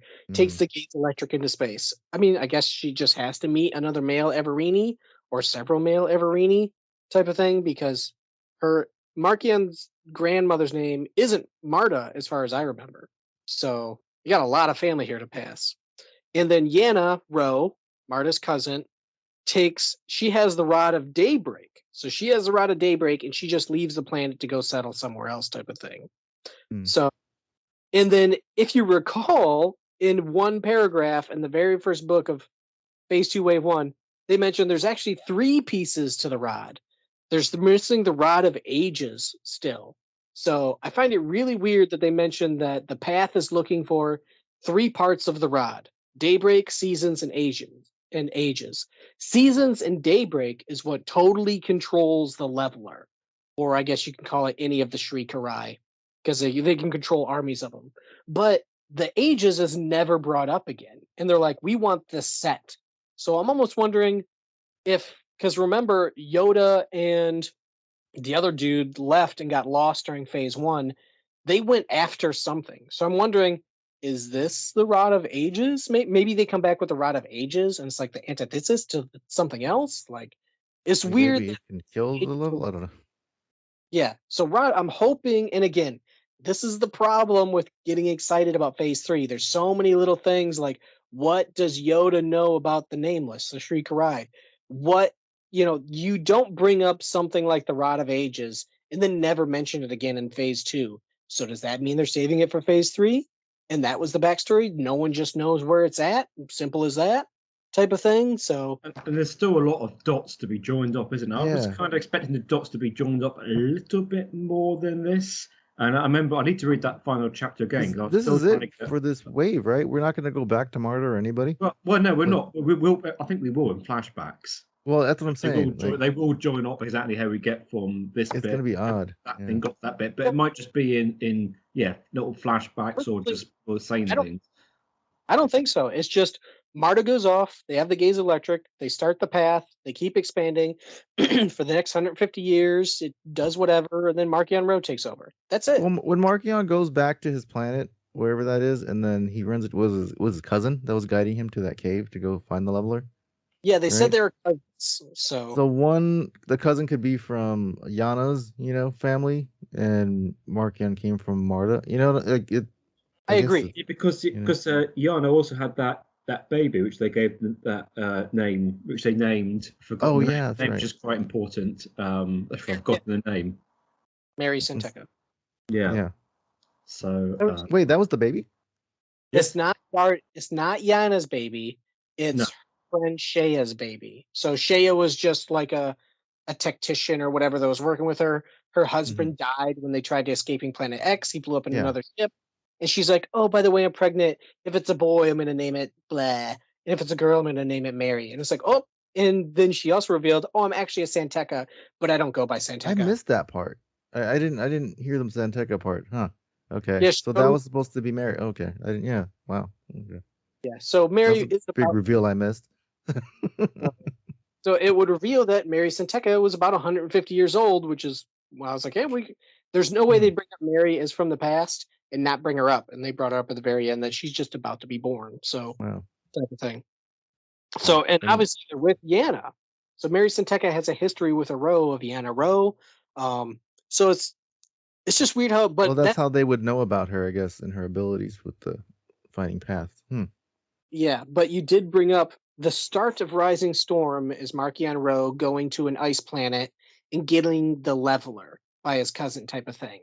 So it's like, well, what the heck happened to the leveler? How did it end up locked in a cave? Nice, yeah. I'm hoping that gets some sort of backstory, so we may see something like Marta again, but Marta straight up left with the pet at her feet sitting on a throne of the Gaze Electric, flying into space type of thing. It's like, whoa, like, how do we get from here? Apparently didn't do anything to attack the Jedi because no one even knows about it when Phase 1 was about. So yeah, it's weird. No. Yeah, so it's a lot of fill in stuff too. Phase 3's got a lot of boxes to check and fill, and I'm trying to hold back my excitement because I'm like, okay, I want to know about ages, I want to know about the leveler type of thing. Yoda knows something about this species, so this is gonna be like Yoda heavy type of thing. And Yoda was taken out of Phase 1, and now he's in for Phase 3, and it's like, and Avar's in for Phase 3. Avar was taken out of Phase 1 and put into Phase 3 because you took out some of the strongest Jedi of that time. You took them out for Phase 1, so the villains can gain a foothold and become stronger. Well, now you're bringing the two strong ones back, and it's like, well, we're gonna have some like throwdowns, man. Like this is gonna be nuts, and it's gonna be 3 waves again. The next book doesn't come out till November, so that's how long we have. The next main story doesn't come out till November, so it definitely helped tease it a little bit. But overall, Phase 2, they're good standalone stories. Like Convergence and Cataclysm are amazing, great war story, great Romeo and Juliet story.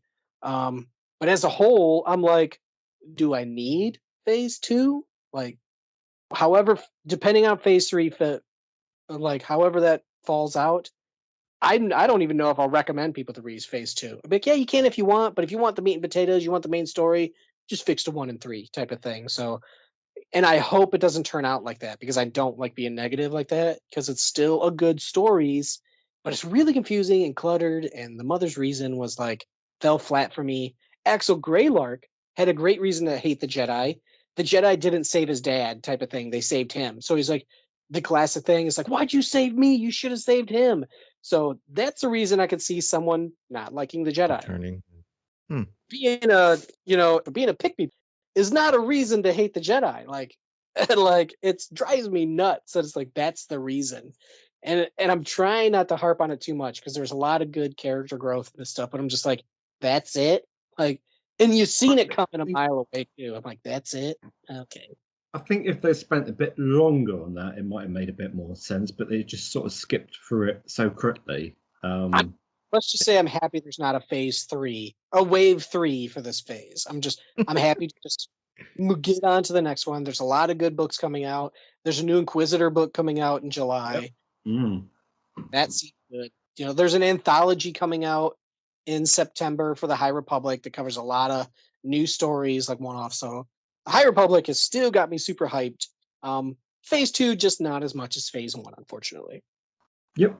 I think that's probably a good summary for it, really. Not really much more to add to it. I think there was some, like you said, there's some really good stories. The first one, Path of Deceit, Convergence, and Catanism, they were good books themselves. I think the Battle of Jeddah was it was all right. It was good. It was just a bit so much happening to really take in. And everything else has just seemed to have. It's almost like pick one. Either you read Path of Deceit and Path of Vengeance, or you read Cataclysm or Convergence and Cataclysm. You know, without the other, it seems like you're missing it. Like Path of Vengeance barely had any of the battle. I was shocked the battle was made in chapter. When in Cataclysm, it was like almost 2/3 of the book was this war. Yeah, it was like, the whole war. Yeah. Buildings were collapsing. Like at one point, they said the mother put old people in the houses on the surface so the people would get bombed first, and then they would blame the Jedi. And it's straight up brought up in the book. The Crichton son is like, if these old people die, they're going to blame the Jedi. They're like, we can't battle the Path and save the Path killing their own people at the same time. Yeah, so I was expecting something a bit different, because I think in Phase 1, didn't they say something like that the people of Dalna really hate the Jedi? Yeah. Don't trust. But this didn't seem like enough of a, because they actually help the people, inhabitants help in this battle. This didn't seem like enough of a big thing for this kind of great big. It seemed like a great big thing in Phase 1 that the people don't really like the Jedi at all. There's this big thing happened in the past. They have very good reason for not liking the Jedi and all this kind of stuff. This didn't seem like this was it. It's that classic story of the spread of misinformation. You had this big battle on your planet between this cult and the Jedi, and they blame both of them. But the cult really, Path of the Open Hand isn't around anymore, even though they're called the Nihil. They don't really know that, but some do. But the Jedi is still around. So all they flash back as to is like, the big battle that the Jedi were involved in. It's like, they were trying to save you. They hated us. They drew us into this battle. They're trying to poison everybody. They're trying to blow up a planet, trying to poison the entire water. We had to come to this planet. We didn't ask for them to make battle droids and blow us up and shoot us out of the sky and turn people to ash. That's not us. That's them. But they're like, well, you were there too. And it's like, freaking country bumpkins, like, whatever. And the kid that was in the Vernestra books, he was from Dalna, right? And then they were trained as warriors, right? Isn't that Dalna's reputation now in the current timeline? No, I think it's still relatively kind of a backwater, very small planet, type of thing. They still call it the Night of Sorrows. And it was a big battle on their little planet type of thing. So, like I said, you do get that backstory there to that. Right. Well, I think we pretty much. Yeah, that's go over it. It's kind of the thing. There's a lot, and there's not a lot. That's all. In Phase 2, it's a really strange phase. The smallest conversation was the story. I'm like, well, the story is there's a battle. It's a battle, but here's some of the meat and potatoes that help you with Phase 1. And that's I just wanted some Phase 1 information, and I did get something. Yes. Yeah, I'd say it did give it some backstory. I mean, I think, well, the proof will be in when we get into Phase 3, and probably when the whole thing's done, we'll spell out exactly how much this Phase 2 meant in the grand scheme of things. I kind of got to have a faith in the authors that they felt that this was the way to go. And I mean, Phase 3 feels like it's bigger. This Phase 2 feels like it's quite small. I mean, not literally story, but in terms of books and stuff. In scope, yeah. And Phase 3 seems to have a lot more books in it. Yeah, Phase 2 didn't answer enough of my questions, so that just puts more weight on the shoulders of Phase 3, where it's like, you got a lot of stuff to carry Phase 3. I'm expecting a lot out of you, and I'm happy about it, but it's like, ooh boy, yeah, I mean, I hope you close it out all right. And I get it. We're still going to lead to New Hope. We're still going to lead to Phantom Menace. So, but I just want to see. Not everything revolves around 9/11. There was battles before 9/11, and they all have big moments that can relate to everything. All right, book nerds, let's get the other people involved in Let's get it up. Okay, well, Ron and Tony have been very patient as we've discussed the they're taking naps. They still, yeah. Well, yeah. I think Tony's probably going, I don't know, I'm still going to get back through the first book yet. But I highly recommend getting through the first book, especially the first phase and stuff. It's very much worth the time and effort spent into it. Phase 2, when we get time. But we shall see. But anyhow, as we talked about that a bit longer than I thought it was going to, so we thought it was going to be a bit quiet on the Western Front this month. So we had added some extra things to discuss, and I'm going to blame Ryan because the whole what if conversation was your idea, and as a starter for 10 for this idea of what if, as in what if this happened or what if this happened in the Star Wars universe. Actually, it was Ryan went first on this one, and the idea was going back to I can't try to think in my head now. The Phantom Menace, when Qui-Gon took a blade to the body, and that's a whole other debate. That was a big debate thing, couldn't we? How people get stabbed with lightsabers, stuff like that. So Qui-Gon got it at the end of the Phantom Menace by Darth Maul, and then he goes to Obi-Wan, you train him, you must train the boy, train him, and all that kind of stuff. And then we all know how Obi-Wan's job did, how he did with Anakin, although Anakin actually absolves him of any blame at the end of it all.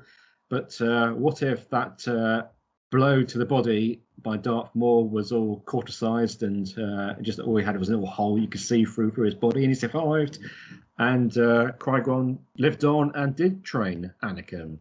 Okay, so wait, so what would happen? So would because Obi-Wan's behind the partition. I just watched the movie yesterday. So he's behind the red partition thing, which I still don't understand how those work, but whatever. Let's just say that he beats Maul, regardless if he gets stabbed. Yeah, let's say Maul dies. Actually dies this time. Well, who kills Maul though? Does Obi-Wan kill Maul or does Qui-Gon kill Maul? Do they both hit him at the same time? Team up and kill him together. So, but are we saying that Maul is absolutely chopped into several hundred pieces? Does that happen still? He's not going to be resurrected with spider legs or anything like that. Because that's Obi-Wan's move. He jumps over and chops him out because he does it to Anakin. So, instead of stabbing Qui-Gon, and again, this is your what if. You can kind of do whatever you want. But the thing is, Qui-Gon survives. If you want to say Maul is still cut in half and throw down the hole, cool. You can still do that. So all the Maul stuff is still there. Right. Okay. And then Obi-Wan would become a knight, full-on knight. Well, yeah, because he would have to train somebody else, wouldn't he? Maybe he might have trained Ahsoka or something like that. Because he wouldn't have to train Anakin. And there's Blaps. Okay. He trains Kanan. Just trying to think. Did I've forgotten already? Did Qui-Gon get permission to train Anakin before that? No, he didn't. So you guarantee that he would have got permission. He wouldn't have, because the only reason Yoda agreed was because Obi-Wan tells him, I promised Qui-Gon I'd train the boy. And he's like, okay, the council will let you do it, because he died. The council also tells him, you can't train him because you already have a Padawan. And he's like, well, Obi-Wan is ready to be a knight. So so they can easily pick, okay, well, we'll train him to be a knight type of thing. That's true. Yeah, he probably could be persistent about it. But he told me, well, just shadow me until Obi-Wan's gone, then you'll be my real...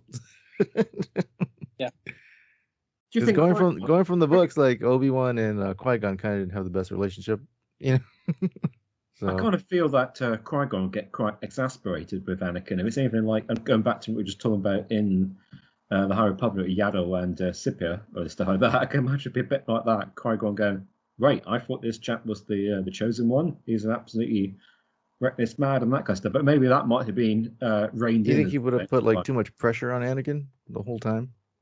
How about this? Would Anakin still turn? Would he still turn? Well, he still knew he was. Who told Anakin he was the chosen one? Oh, actually, Qui-Gon told everyone, you are the chosen one. Yeah. But so did he maybe- tell him there while Anakin was standing in there? I don't remember. I felt like he did. He tells Obi-Wan he's the chosen one. You must train him and that kind of stuff, didn't he? Yeah, I'm sure he figured out eventually as a teen. Even Obi-Wan knew it. The Qui-Gon brings it up to the council.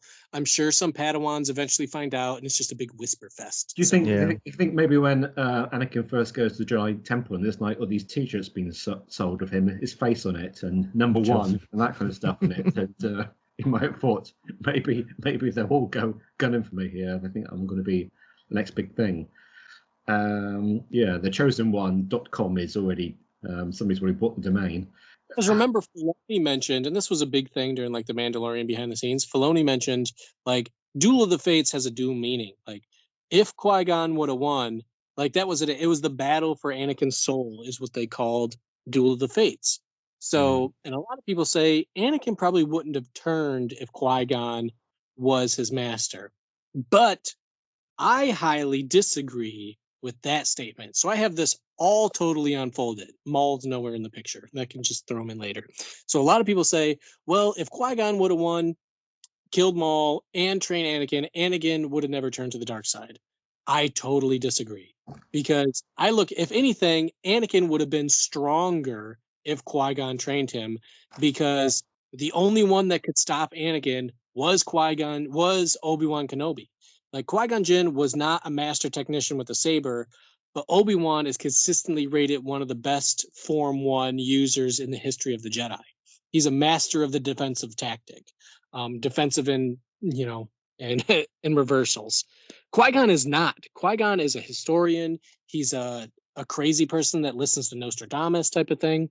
He's a good negotiator, but he's not Obi-Wan. So if you jump to the end, you got to think, eventually, to me, Anakin would still lose his mother. So he'd still get that dark side. He'd still turn to the dark. He'd still hate and question the Jedi. He'd still meet Palpatine because Palpatine is still the Chancellor type of thing. You don't think that Qui-Gon would have let Anakin, or they go back to rescue Shmi? Because he was having those visions for a while, and he's like, he blamed Obi-Wan because he couldn't go back. I think Qui-Gon would have just went, let's go, Yeah, but he didn't try to free Shmi anyway.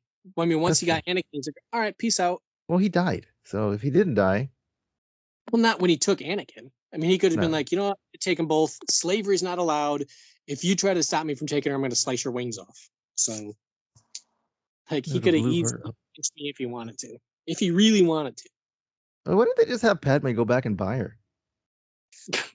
I don't know. Like, then they could have just freed her that way. Big question. Like, she was still a slave, man. So. And then what would happen with Dooku though? Because like, in episode 2, Dooku tells, Qui-Gon believes in, do you think Anakin and Qui-Gon would have joined Dooku? that honestly, that's part of my what if, where it's like Qui-Gon and Dooku still have they're master and Padawan, so they have a close relationship. It's in several books that Qui-Gon doesn't trust the Jedi Council. He was asked to be a master on the council, and he denied it. Type of thing. He's like, no. And ultimately, Qui-Gon had a good point. He's like, I don't like the direction we're going with this war, and we're getting too involved. Where his point is valid, I will give him that. But you can't have the Jedi not get involved. You can't let a war spread and the Jedi just sit back and be like, well, we're not going to do anything about it because we're not getting involved, even though we have magical powers. Like they were forced into this war type of thing. Like in the High Republic. So you now have Anakin, who his teacher is a person who disagrees with the Jedi Council, who doesn't trust the Jedi Council. And Dooku would probably still talk with Qui-Gon Jinn, and he straight up leaves the Jedi. So now you have 2 influences, 3 if you count Palpatine, on Anakin, where it's like Palpatine says you can't trust the Jedi. Qui-Gon says he doesn't always agree with the Jedi, and he might leave the Order. And you have Dooku, who straight up left the Order. So he'd still meet a type of thing. We know from the Tales of the Jedi that because when he first encountered Maul in episode 1 when they on Tatooine, and he went back and reported it to the temple when he asked him to train Anakin, that Dooku was already there erasing Kamino from the archives. So all that was already put in motion already, right? Yeah. Dooku was already gone. Yeah, so that means they already had Sifo Dyas killed, and they had already like erased Kamino, and Qui-Gon was still alive. So if the whole reason he fought with Yaddle and stuff, and he was kind of debating whether or not he was doing the right thing, was because he didn't want Qui-Gon to get killed. He's like, you didn't have to have him kill them all. So I wonder if that would have affected anything with Dooku too, if Qui-Gon was still alive, if he would have been courting him and like, well, join us, the Jedi are going too far, blah blah blah, and he'd already seen Dooku do plenty of dark side stuff throughout his training, so maybe seeing the same things in Anakin would trigger something. I don't know. It's weird. Like, how lenient would Qui-Gon have been with Anakin? A lot of people say the death of Qui-Gon is what ruined Anakin's life, or Qui-Gon would have saved him. And I think it's much worse because, like I said, you now have Qui-Gon that doesn't trust. Dooku left the Order. Palpatine is a Sith Lord, so of course he's still going to meet Padme. In my mind, it's Palpatine giving those memories of Padme dying, that puts the fear in him. It's Palpatine, again, these are my opinions. Palpatine that manipulated the death of Shmi because he didn't know Anakin existed until episode 1. So now he starts all these things. He's like, okay, well, now I want this kid. If there's a chosen one, I want him. So you know what? I'm going to kill his mother. I'm going to give him all these nightmares. He uses the Sand People to kill his mother. He just manipulates things. That's Palpatine's thing. So now when it comes to the end, where it's time for only I can, because you saving Padme is still going to happen. Like, he still has the nightmares. There's only one way to save him, and it's the Jedi. Order 66 still happens, but instead of a big battle with Obi-Wan Kenobi, who's the opposite of Anakin in every way, Anakin is a master of Form 6, I can't remember, but he's a master of the offensive form. Obi-Wan is a master of the defensive form, and he ended up winning. Like, that's what saved everybody. But if it was Qui-Gon, then Anakin would have disposed of him easily. Or Qui-Gon would not have stopped him. I'm sure he would have been like, listen, I don't trust the Jedi, but this isn't the way. Only I can stop you. And then he tapes some glass bottles. You could have had Dooku versus Qui-Gon. That would be a good duel. Dooku would have smoked him. Qui-Gon is nowhere near their level. So now, in my mind, of this what if, Anakin still turns to save Padme. He still chokes Padme. He easily dispatches Qui-Gon Jinn, and now he's fully gets his abilities where it's like he will soon be stronger than Palpatine, because now that Star Wars is a universe that's been around for 40 years, Darth Vader, and I'll say it, Darth Vader is a punk. Like, Darth Vader is strong in an era of weakness. Darth Vader is a joke compared to any other Sith Lord. Any Sith Lord. It can be the guy who used to mop Darth Vizier's floor, and Vader is weaker than that dude. Like, Vader has no arms. He can't use lightning. He has no legs.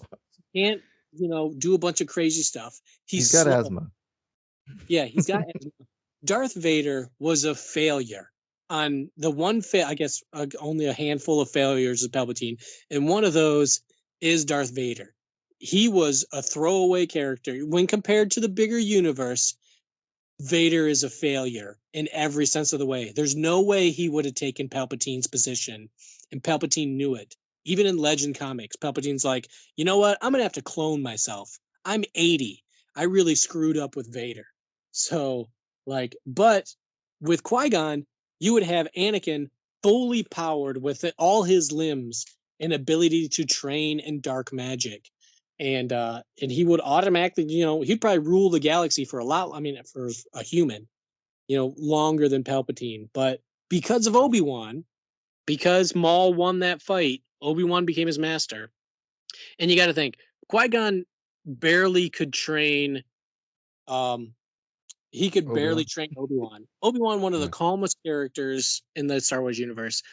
Qui-Gon Jinn could barely train him. He's like, oh, Obi-Wan just too crazy for me. And you could read the books Padawan and Master and Apprentice if you don't believe me. But it's like, he could barely control Obi-Wan. You really think Qui-Gon Jinn would have been able to control Anakin Skywalker?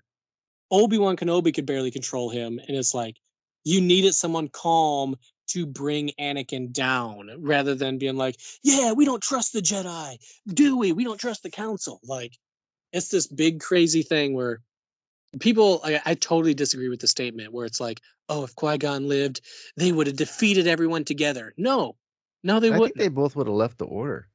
I think, Yeah. they would have had. I don't think Dooku would have been pursuing Padme to kill her, kind of thing.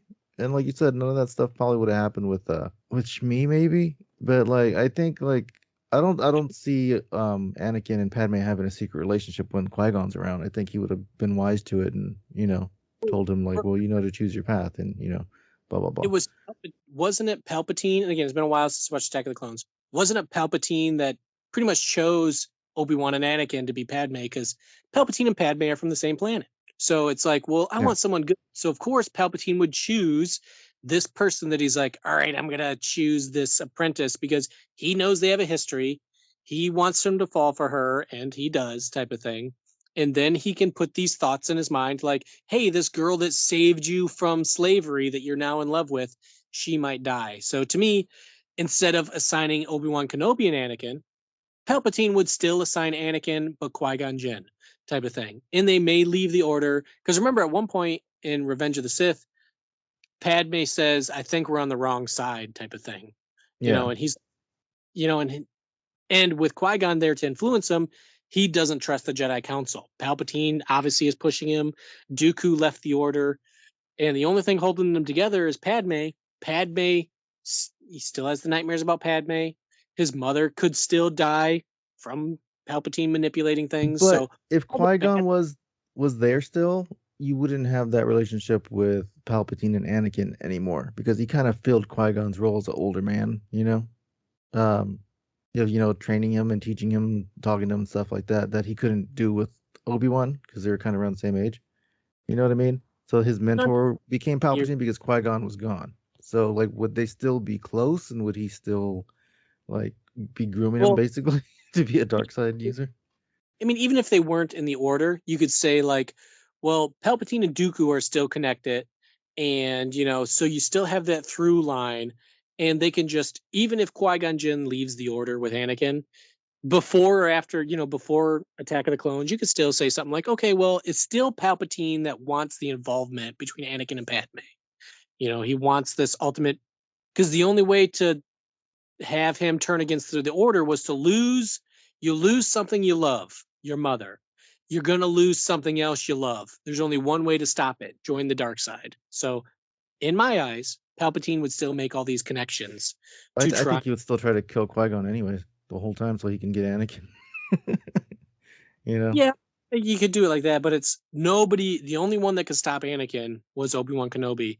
And that's exactly what happened, which ultimately led to the end of the Sith, where if it was Qui-Gon that trained him, and then it just kind of makes you wonder would Vader be redeemable if he was a fully powered Anakin Skywalker that was able to best Palpatine and then found out that he had twin kids. Like, would he turn away from the dark side? Would it be too late? That's a whole nother long length discussion is, then what would happen to his kids? But the Duel of the Fates discussion with Filoni sparked a huge thing across the internet about the what if.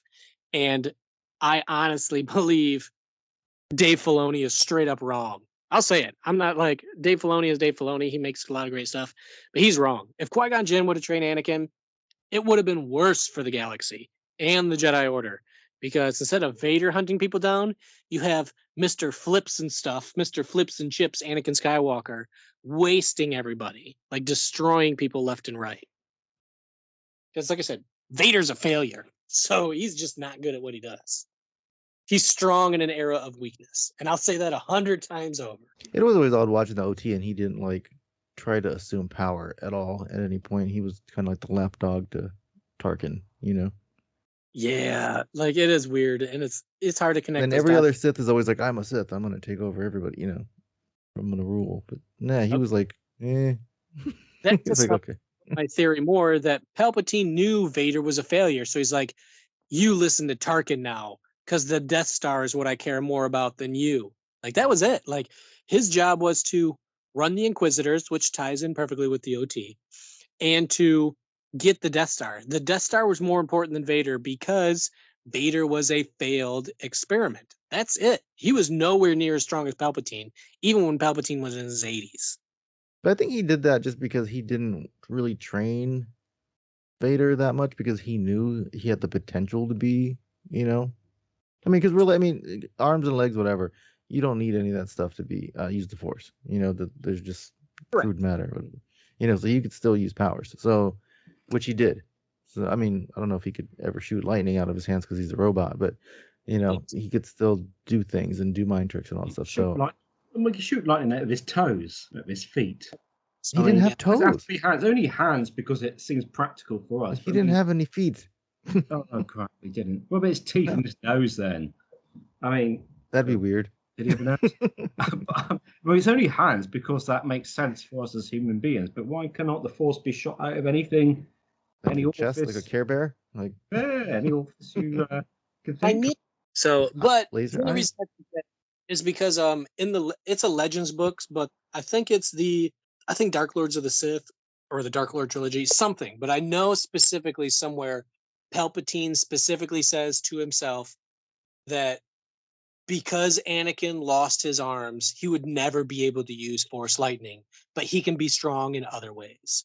Like Palpatine specifically saying, you're never going to be able to use lightning, but you can choke people through a TV set. It's like, okay, cool. Do you think Sith Lords can shoot lightning if it's raining? I just thought. Yeah, Yoda could make it lightning from the sky, so. Yeah. I mean, good themselves. And the Bendu could make a storm. Sith Lords don't like their own lightning. I mean, Palpatine dies from it 3 times. Yes. Good point. Yes. Lets himself get burned. He gets thrown down a shaft, and then he gets disintegrated. So he screws up 3 times with his Force lightning, type of thing. So, and even in the Bane books, it talks about how horrible the lightning is. So if it's raining, they might be like, this isn't the best idea.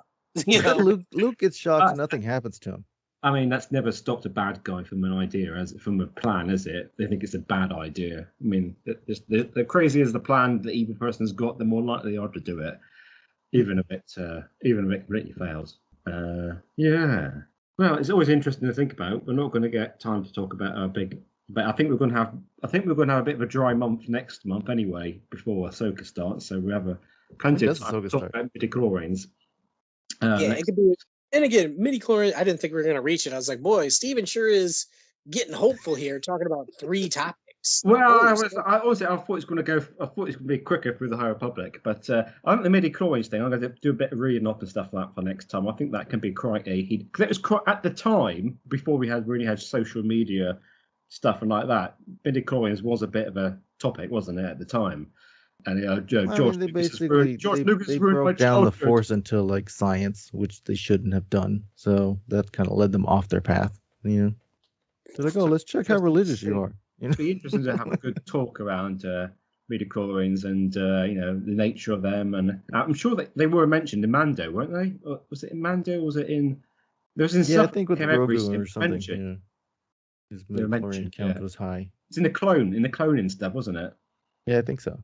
Yeah, they call it the M count. They're like, oh, he had an M count of it. Yeah, there was something. I knew they got a mention in with Dr. Pershing when they ran into him in the facility when they were talking about what they were doing with them. That's it. I knew it had a mention recently. They had to say M count because people would, people start to going mad if he mentioned. Yeah, but it was a big thing. I never had a problem. Maybe good to go back on that. I can talk about midichlorians all day. We'll come up with some random stuff to talk about next time. Because there ain't going to be a lot of anything new. Yeah, no, we won't do any books next time, Tony and Ron. We should have watched the Outlaws trailer. We didn't watch it. Oh, we didn't. Do we not? I saw it. Saw the Outlaws trailer at the time. Yeah. We do that next month now as well. Yeah. Just remember put that down on the agenda. I haven't. It didn't look very good from what I saw. We can discuss Ron's favorites, like how lightsabers can allow you to fly. Things that build. Yes. we could come with a. It's positively Star Wars, but we could come with a little bugbear of each of us, and then have everybody else actually tell you how you're wrong about your bugbear. Bugbear is from What do you call it? Dungeons and Dragons. Yeah, it could be like a how does it work? You know, if we want to touch base on midi-chlorians, hyperspace, you know, some other weird aspect of Star Wars. We had a whole thing on lightsabers. Yeah. Another Force Ghosts. Force Ghosts was a good one. Oh, like why did Anakin become a Force Ghost? If you're gonna, how does Force Lightning work? Is another. How the heck do you store up all that potential charge, and then what is it like a sneeze? Yoda absorbs it from Dooku. So what? Yeah, and how do you absorb it? Because like, if you're going to sneeze and you're about to unleash that sneeze, and you're about to unleash that lightning, and you don't unleash that lightning, what happens to that electrical charge? I mean, how do you store that? I mean, there is a lot to think about there. Really, how does that work? You have to have rubber boots on. Wasn't there something about the fingers as well? Isn't there something about when somebody was shooting from the Force lightning, it wasn't coming out of all the fingers? I've seen a still somewhere. Yoda. If Yoda does anything crazy, it's like, oh yeah, that's just how powerful Yoda is. Yeah. There's the guy in that Thrawn book I'm reading that shoots the lightning out of his fingers. Like. Anyway, I've been. We have to come back to the Senate questions that I asked at the start. Oh yeah. Yes. Before we finish, and the questions I asked. So, what were the first and last words spoken in Revenge of the Sith, and by whom? And Ryan, who's just restarted to very recently rewatching Revenge of the Sith, has no idea. Let's see. No, it starts with. I'm pretty sure it starts with the space battle. Yes. So you're right. That narrows it down to at least 2 or 3 people who it could possibly be. So what's who speaks first in Revenge of the Sith? R4. People think. Sorry? R4. Is it Obi? Is it R4? It's not R4.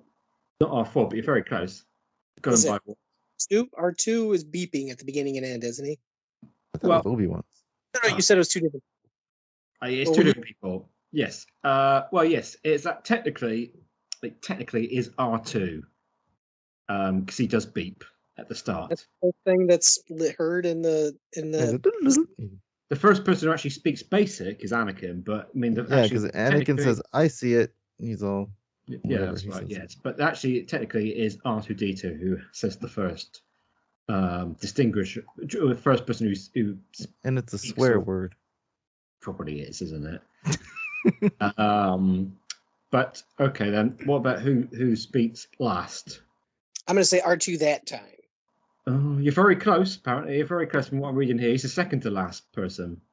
C-3PO, because they're talking, right? Yeah, he's like, what? When they erase his memory? Oh no, yeah, it's all to do with them telling the droids away to have their, one of their minds wiped. Actually, not both of them, is it? Yes.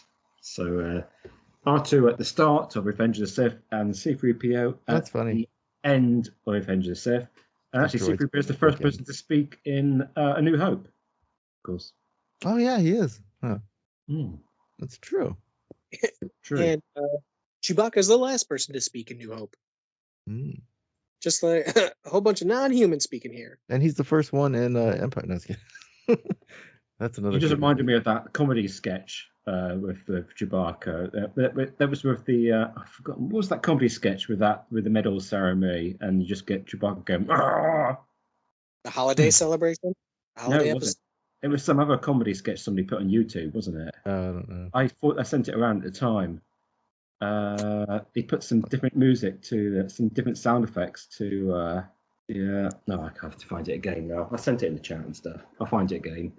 But yes, so yep, that concludes our episode today. And Ron's already gone.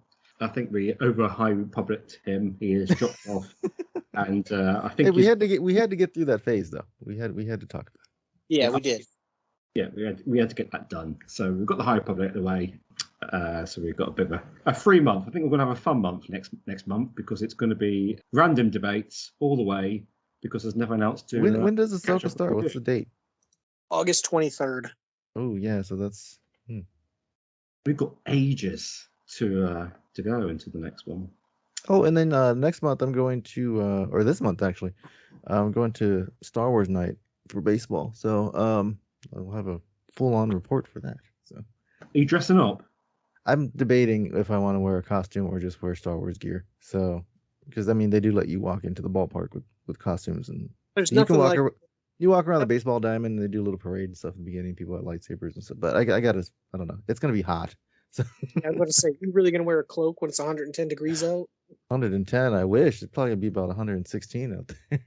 If you want to go as controversy, you could go as Princess Leia at the start with Return of the Jedi. Yeah, Jabba's sail barge sort of. But really controversial. You want to go as that, but it's up to you. Sometimes they'll do the force choke cam. So like they'll have a Vader on the baseball diamond, and they'll show like he's choking you, and so you have to choking on the video. Yeah. Hopefully they do that. I mean, that chap who went to one of the conventions as the Force Ghost Qui-Gon was genius, obviously. But obviously now everybody's going to be doing that one. It's going to be so passé. Was he Qui-Gon or was he Kenobi? There was a Qui-Gon. Was Qui-Gon? Yeah, he had like that light blue veil material over him. Force Ghost, so it's got to be Kenobi. Yeah, so now it's got to be Kenobi. I mean, that's raised the bar as something you never thought anybody would do, and so now everybody's got to try and think of something else that nobody thought you'd ever do. I guess he appears at the end of the Obi-Wan series, right? We get to see Ghost Qui-Gon. Oh yeah, that's true. I guess he is now. Yeah. But the costume was still, Obi-Wan was a ghost much more. Yeah. Mm. And I think he was old Obi-Wan too, that guy, because he had a white beard.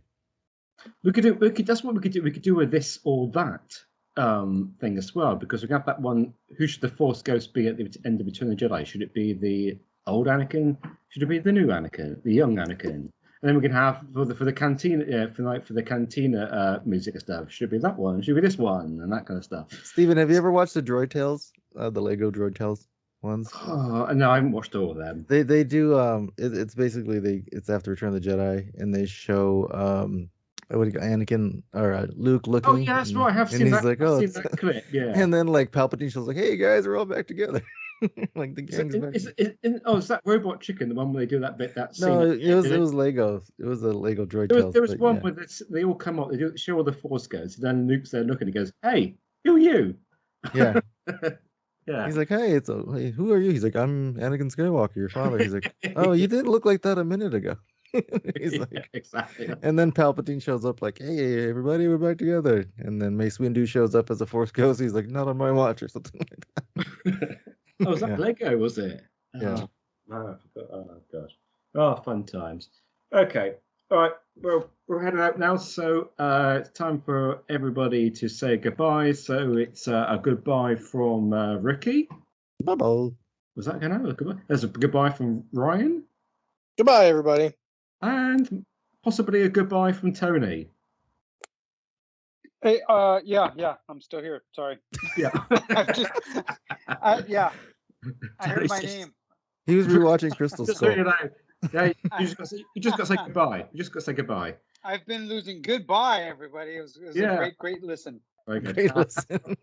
Great. And Ron's gone. Ron is gone. Ron's gone wrong. Gone.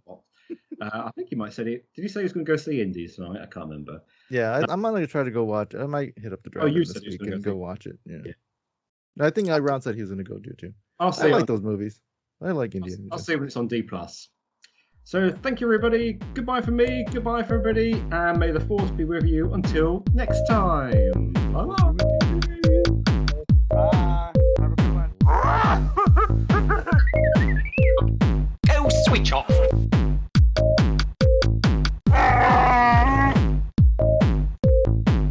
I am the Senate. Be sure to follow us online. We're at Facebook at PSW Senate.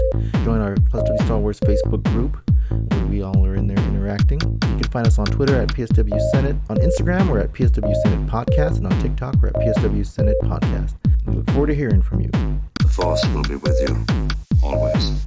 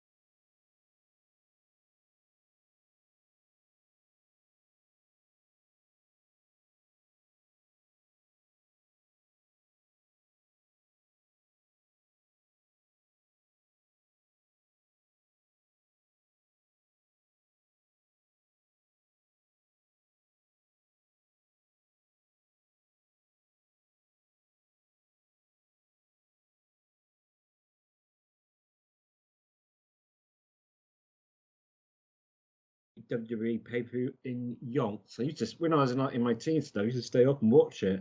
Because here I used to start at midnight, and you'd be up like to 3 o'clock in the morning. Watching. I stopped for a while, like during COVID, because it got really weird, and then I just didn't want to pay for the service anymore. But then they offered me like 12 months for $12, and I was like, sure, I'll get it. So I started watching it all again. Yeah, I don't want to pay for another. I would have to pay for another subscription channel here, and I'm just not doing it. I'm refusing to do it. Just pay for enough as it is. The subscription bubble is going to burst. Viva that revolution, folks! Yeah, I need to learn how to speak. Not yet, though. Not yet, but it will do. I'm just waiting for it to happen because it can't keep going on like this. They're going to have to do sort of like group up and stuff like that at some point, and I don't know. Some might buy out each other. I don't know, or there might be some sort of like special thing where you can buy so much and you get 2 or 3 subscription things with it. I don't know.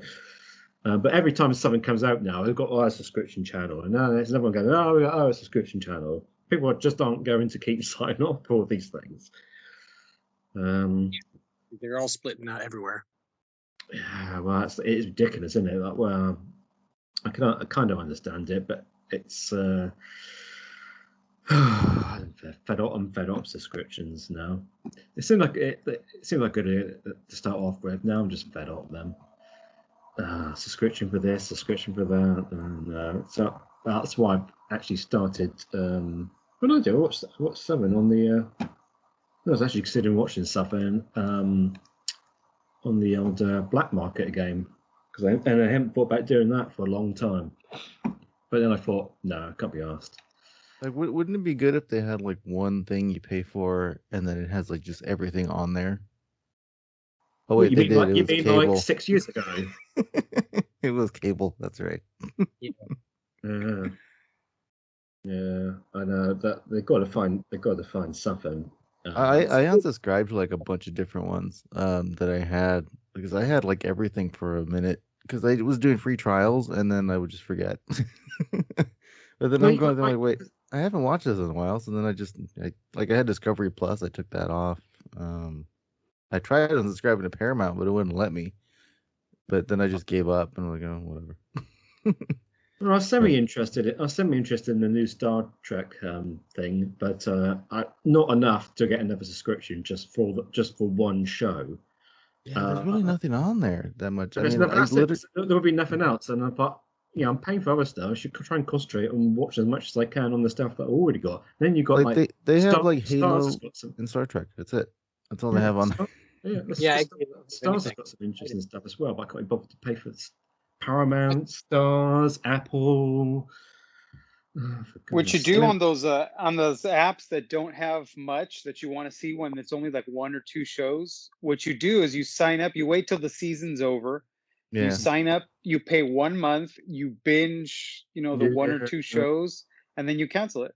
There's never a good time to binge, though, is there? There's always something else on these other channels and stuff. Yeah, if it's a really quiet time, then yes. Yeah, because I've done that with a couple of where I just sign up just for the month. I wait till the season's over, till all the episodes are available. I sign up for 1 month. I just binge the one series I'm interested in, and then I cancel. And then I cancel immediately upon signing. Like, I sign up, and then I immediately cancel. That way I don't forget. Mm-hmm. Well, that's it. You have a month to watch the show, and then it cancels at the end of the month. Oh, it doesn't kick you out immediately? If you you paid for a month and then you canceled, it's just not going to renew anymore. Oh, okay. So you can do that. You can do that month to month on stuff, like, when you're not that interested in keeping it going the whole time. And that's what they were saying. I heard somebody saying that, once too many people start doing that, they're going to start locking you into like year-long contracts, 6 months or something like that, or 6 months, something like that. But that's what I do, for some of these apps where I'm only interested in one show at a time, so something to think about. Yeah, it's something to think about, that's for sure. But not thinking that hard. But yes, I don't seem to be enough time. I'm always watching some crap, or I'm watching something I've already seen before. as everybody knows, I've got a lot of stuff I haven't seen that I still haven't got around to watching. That the thought of signing up for something else just to binge one show is, I don't know. What if I don't like it? And then you got. Well, I actually watched they put the first season one's first episode of season 1 of that Star Trek Strange New Worlds on YouTube for free. They've actually done season 2 episode 1 on there now as well, and I wasn't that impressed. I didn't really enjoy it that much. Yeah, I wouldn't recommend it. I mean, I don't know how big of a Star Trek fan of the previous series, but yeah, this is more like the movies. So if that's more the more recent, the recent movies, not the old movies, but the recent movies. Yeah, they've injected swear words into it, and there's that's really annoying. Everybody's got to have a relationship or be sexy or a bit of sex going on or something like that. Like, for goodness sake, these are none of the stuff which is Star Trek, really. No, it's not at all. No, I wish they endorsed it. No, no. I don't recommend it. If you're a Star Trek fan, if you're just like, you're just interested in, just some random kind of action sci-fi that really has nothing to do with Star Trek, then yeah, I'd say go ahead and watch it. I tried with Star Trek because I was like, well, I got to get into it. So then I started watching I was like, but I got to start from the beginning. So then I started watching the Captain Kirk ones, like. Because I watched all the new movies, the JJ ones. They're fine. I like them. They're cool. Yeah. I like Chris Pine. Like I like those ones. And the guy that played Bones was cool. Like those were entertaining. And then the Beastie Boys music and stuff. But like I started watching the original. I got to like the 4th episode maybe, and then I just kind of lost interest. I was like, yeah, maybe I'll just stick with the movies. And I've seen like a fair amount of the Next Generation episodes and. Stuff like that, but and like some of the movies that would just be on TV like 2 a.m. I don't know, it's just not my thing. I just can't get into it. It's not your thing, yeah. That's all it is. But yeah, the no newer laser ones, swords or anything. No lasers. No, they're like, damn, we came out first. We should have thought of all that technology, and they can't, fix that guy's eyes. What's his name's blind. Well, spoiler alert, they do. Actually, I think I don't know why we spent so much time talking about Star Trek, but I think he didn't he actually want to have that visor thing, didn't he? I don't think he actually wanted to. How can he do Reading Rainbow if he's blind? I don't understand. It was actually a hairband, not a, it was like a. It reminds me of like a air filter from a car. That's exactly guy I cut and put around his eyes. Did Ron say he was joining us? I'm just trying I don't know if he should have known. He said something about it in the last week, didn't he? Am I imagining that? So. He didn't really say. He asked, and we told him, and then he asked, like, well, I told him, like, well, we're probably going to cover this and that, but maybe somebody mentioned High Republic, and he was like, we. Like, they're going to talk about the books. I'm sure I remember him saying something about it about 3 or 4 days ago. He's in Skype apparently. He's on away. Let me just try.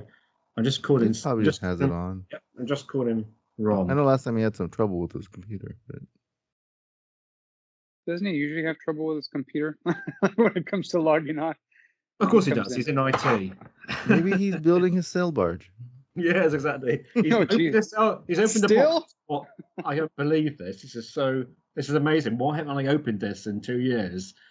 And he's got himself lost in it. How long ago was that when it came out? I remember when he got it. He was waiting for it. Like he was when we started the podcast. I can still remember. He was waiting for it when we were having one of these. It was going to arrive that day, and he was going to receive it while we were on. But then it showed up later. Right. I think. It's become such a feature now. They're just putting a tablecloth over it, and they eat their meal off of it and stuff. Oh my God! And it's a piece of furniture now in the front room. Yeah. Let's see. I have no idea how big that thing is, but is it like to scale to the figures, right? Yep. And I'm just trying to think of the movie when he's on the plank. It's not full size. It's not full size. It's not full size. Well, I mean, not for a human to fit in it. I can imagine. Imagine Like I have a big Not sure playset much of of a- like Pirates of the Caribbean. I have the Black Pearl, and it fits like the figures are the same size as Star Wars ones, and I never know where to put that thing. It sits on top of my giant turtle tank, but Oh my gosh. it's probably like that size. It's just something you have to put together. It's not. It's not like when you got those airplane sets and you got all those little bits of plastic. You got to break them out of the little molds and then start sticking it together and stuff. This cell barge is all together. Hopefully, I hope. Yeah, it's like I don't- one is- of the Hasbro ones, right? Yeah, they had to. It's like a crowdfunding. I don't know how did those work. Imagine if we They did still open do it those? up. It was all. Imagine if we did open it all up, and it was one of those things we had to put it all Okay. together yourself. I think you have to when they launch the idea, they they obviously have their budget in mind. So people start sending money. I don't know how much. Probably like a deposit. I don't know, $20. Let's just say. I don't know how much it is, to be honest with you. So you send your $20, and you're like telling them I'm committing to buying one, or maybe you don't even commit. Maybe you just just to gauge interest. I don't know how that works. And then at a certain level, like if they haven't met their goal, they start introducing things that are going to come with it, like figures, like It's like you're a gonna get these Patreon for toys. Exactly, that's exactly what it is. Like what? No, actually, yeah, it's like not a Patreon. What's the thing where people raise money?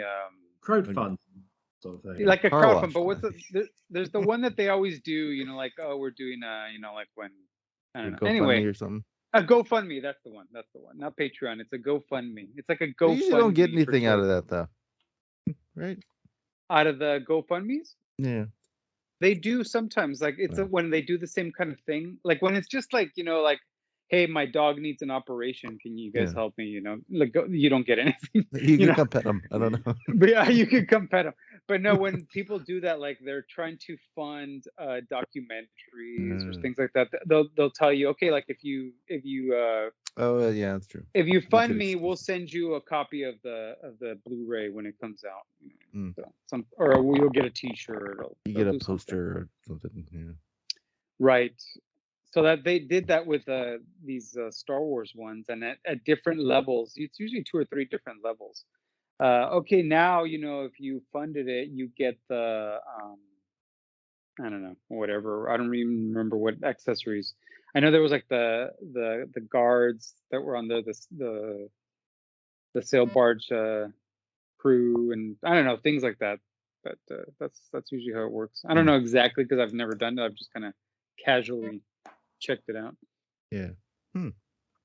Interesting. This was. I might have to watch this unboxing video later. Apparently, it was 500 quid when it first came out. It measures 4 foot long. Somebody's selling it on Amazon for $4,000 at the moment. But it's that's like really- something that's quite a was markup. too. It's something that was too expensive to be put in production, probably. So then they. Yeah, that's exactly why, because they wanted to do it to scale. Because normally they'd put them out and they'd be like where the the figures don't really fit or whatever. But Yeah. I guess to do a one to scale, there's no way. And then where are they going to sell it? You know what I mean? It's like there's not. So yeah. So it's kind of like you only make enough for whoever really wants to buy it. So kind of almost made to order. So it becomes with some behind the workbench, a premium 64-page booklet that goes behind the scenes of the design and development of the actual sail barge film set piece and Hasbro toy, complete with set photos, product blueprints, interviews, and more. So it's actually got. It Well, what would happen if like all these people paid and then like they still didn't end up doing it? Do they refund them? They're like, I don't think so. I think thanks for the whatever memories. yeah. That's why I'm saying I'm sure you probably needed to pay. I don't know if you pay all Something. up front or you just pay like a deposit, but I'm sure if it's just a deposit, it's probably non-refundable for sure. I don't know how that works. to be sounds like a honest with you. pyramid scheme. Yeah. I don't think Ron's going to get any return, no quibbles return on it now. But I wouldn't. Yeah, he'd be better off selling it, wouldn't he? If he wanted to. That's one heck of an investment. So that's gone up in price, tripled or quadrupled. Well, that's why he said he wished he would have bought 2, one to keep and one. To... I would have been tempted to buy. Well, See though, like if you Then could you had 2 afford it, boxes. definitely. Yeah, because for sure those are gonna really, because once everybody starts getting them and they start doing their unboxings, and the guy that sat out, it's gonna be like, man, I should. And the longer you wait, of course, it's only gonna get more people interested in the future that maybe didn't have the money at the time and wanted it. So next time they did one. Didn't they do one for the Mandalorian too? The Razor Crest. Did they? I think so. It's just a box with a bunch of pieces. All. Well, they come pretty much all put together. It's just no. I mean, it's after they blew it up. They just. Oh, after they blew it, yeah. It's amazing what comes up. It's the best car staff. Yeah. That chap selling it on Amazon for $4,000. There's also this. It says you might be interested in this. I just posted it in there. If you're getting the same guy selling you that? might also be interested in the unicorn. In the unicorn blow up suit. Unicorn set. Right. Hey, there's FurryCon happening in Pittsburgh this week, so you're right along. FurryCon. FurryCon. That sounds strange. Well, we better get going anyway. Yeah. So Ron, I don't know if Ron's might join us in an hour or stuff. So we talk about. So we do the High Republic first. Ron's not going to miss out. That reminds me that Tony. Where are you in your High Republic I'm still a few chapters into that book. I never finished it, and I never continued. So I'm just here for the listen. Which book's that? The first one. The first one. The very first one. Light of Jedi. Yeah. Oh, good grief! All right, okay. I keep saying I'm gonna catch up. But I don't know. Maybe I'll wait till it's all done. Maybe I'll just wait for the movies. All right, okay, right. Well, there's a TV show now. So the Acolyte takes place in that time, right? No, the Jedi Adventures. Oh, Jesus! Is that High Republic? Yeah. See, it's a kids show, like a little kids show. You have to watch it, or else you're totally lost in Phase 2. Okay. No, you don't have to watch it at all. I gathered as much. It's not. But the Acolyte, they do say the Acolyte takes place at the end of the High Republic. Although personally, I wouldn't tie it into like the main story of the High Republic. This happens. That's been canceled now, so they're not going to show this, according to everybody on the internet. Well, writer's strike and all that stuff, haven't you? So you don't mind being spoiled, Tony? No, because I'm not going to know who we're talking about. I don't know who you're talking about, and then by the time, if I ever do read it, I will have forgotten what the spoilers were. So fair enough. Okay, right then. So we was going to do the. I thought the only thing we forgot I didn't put on the agenda was the behind the scenes stuff on Mando. I haven't seen that yet. I didn't watch it. I forgot. I didn't even know about it until it came out, and I was like, I've forgotten all about it, so I haven't seen it. I haven't either. No, well, there's not really much to talk about then, is it? We can't really talk about it then. So we're going to do the High Republic Wave 2. We then do the what if thing, and then we'll have the big debate on midi-chlorine. So it's going to be quite a particularly less rigid flow to things this time round, and maybe a bit more epping and flowing than like we used to in the good old days. It's summer before the Empire, and all that kind of stuff. So we shall get going then. And the cricket's going for Ryan is probably in person. Who knows? The cricket is not going very well, so it might be over by the time we in the next half hour now. But I've got the wrong date here in the Sunday 2nd of July. Okay, right. Everybody ready? Hey, Stephen. Hello. Yep, go on. I'll be here at least to say hi. How about that? Oh, okay. Yeah, okay. Then you won't hear from me for a while. Right, okay. Fair enough. All right, we'll just have you do your hello bits. Okay.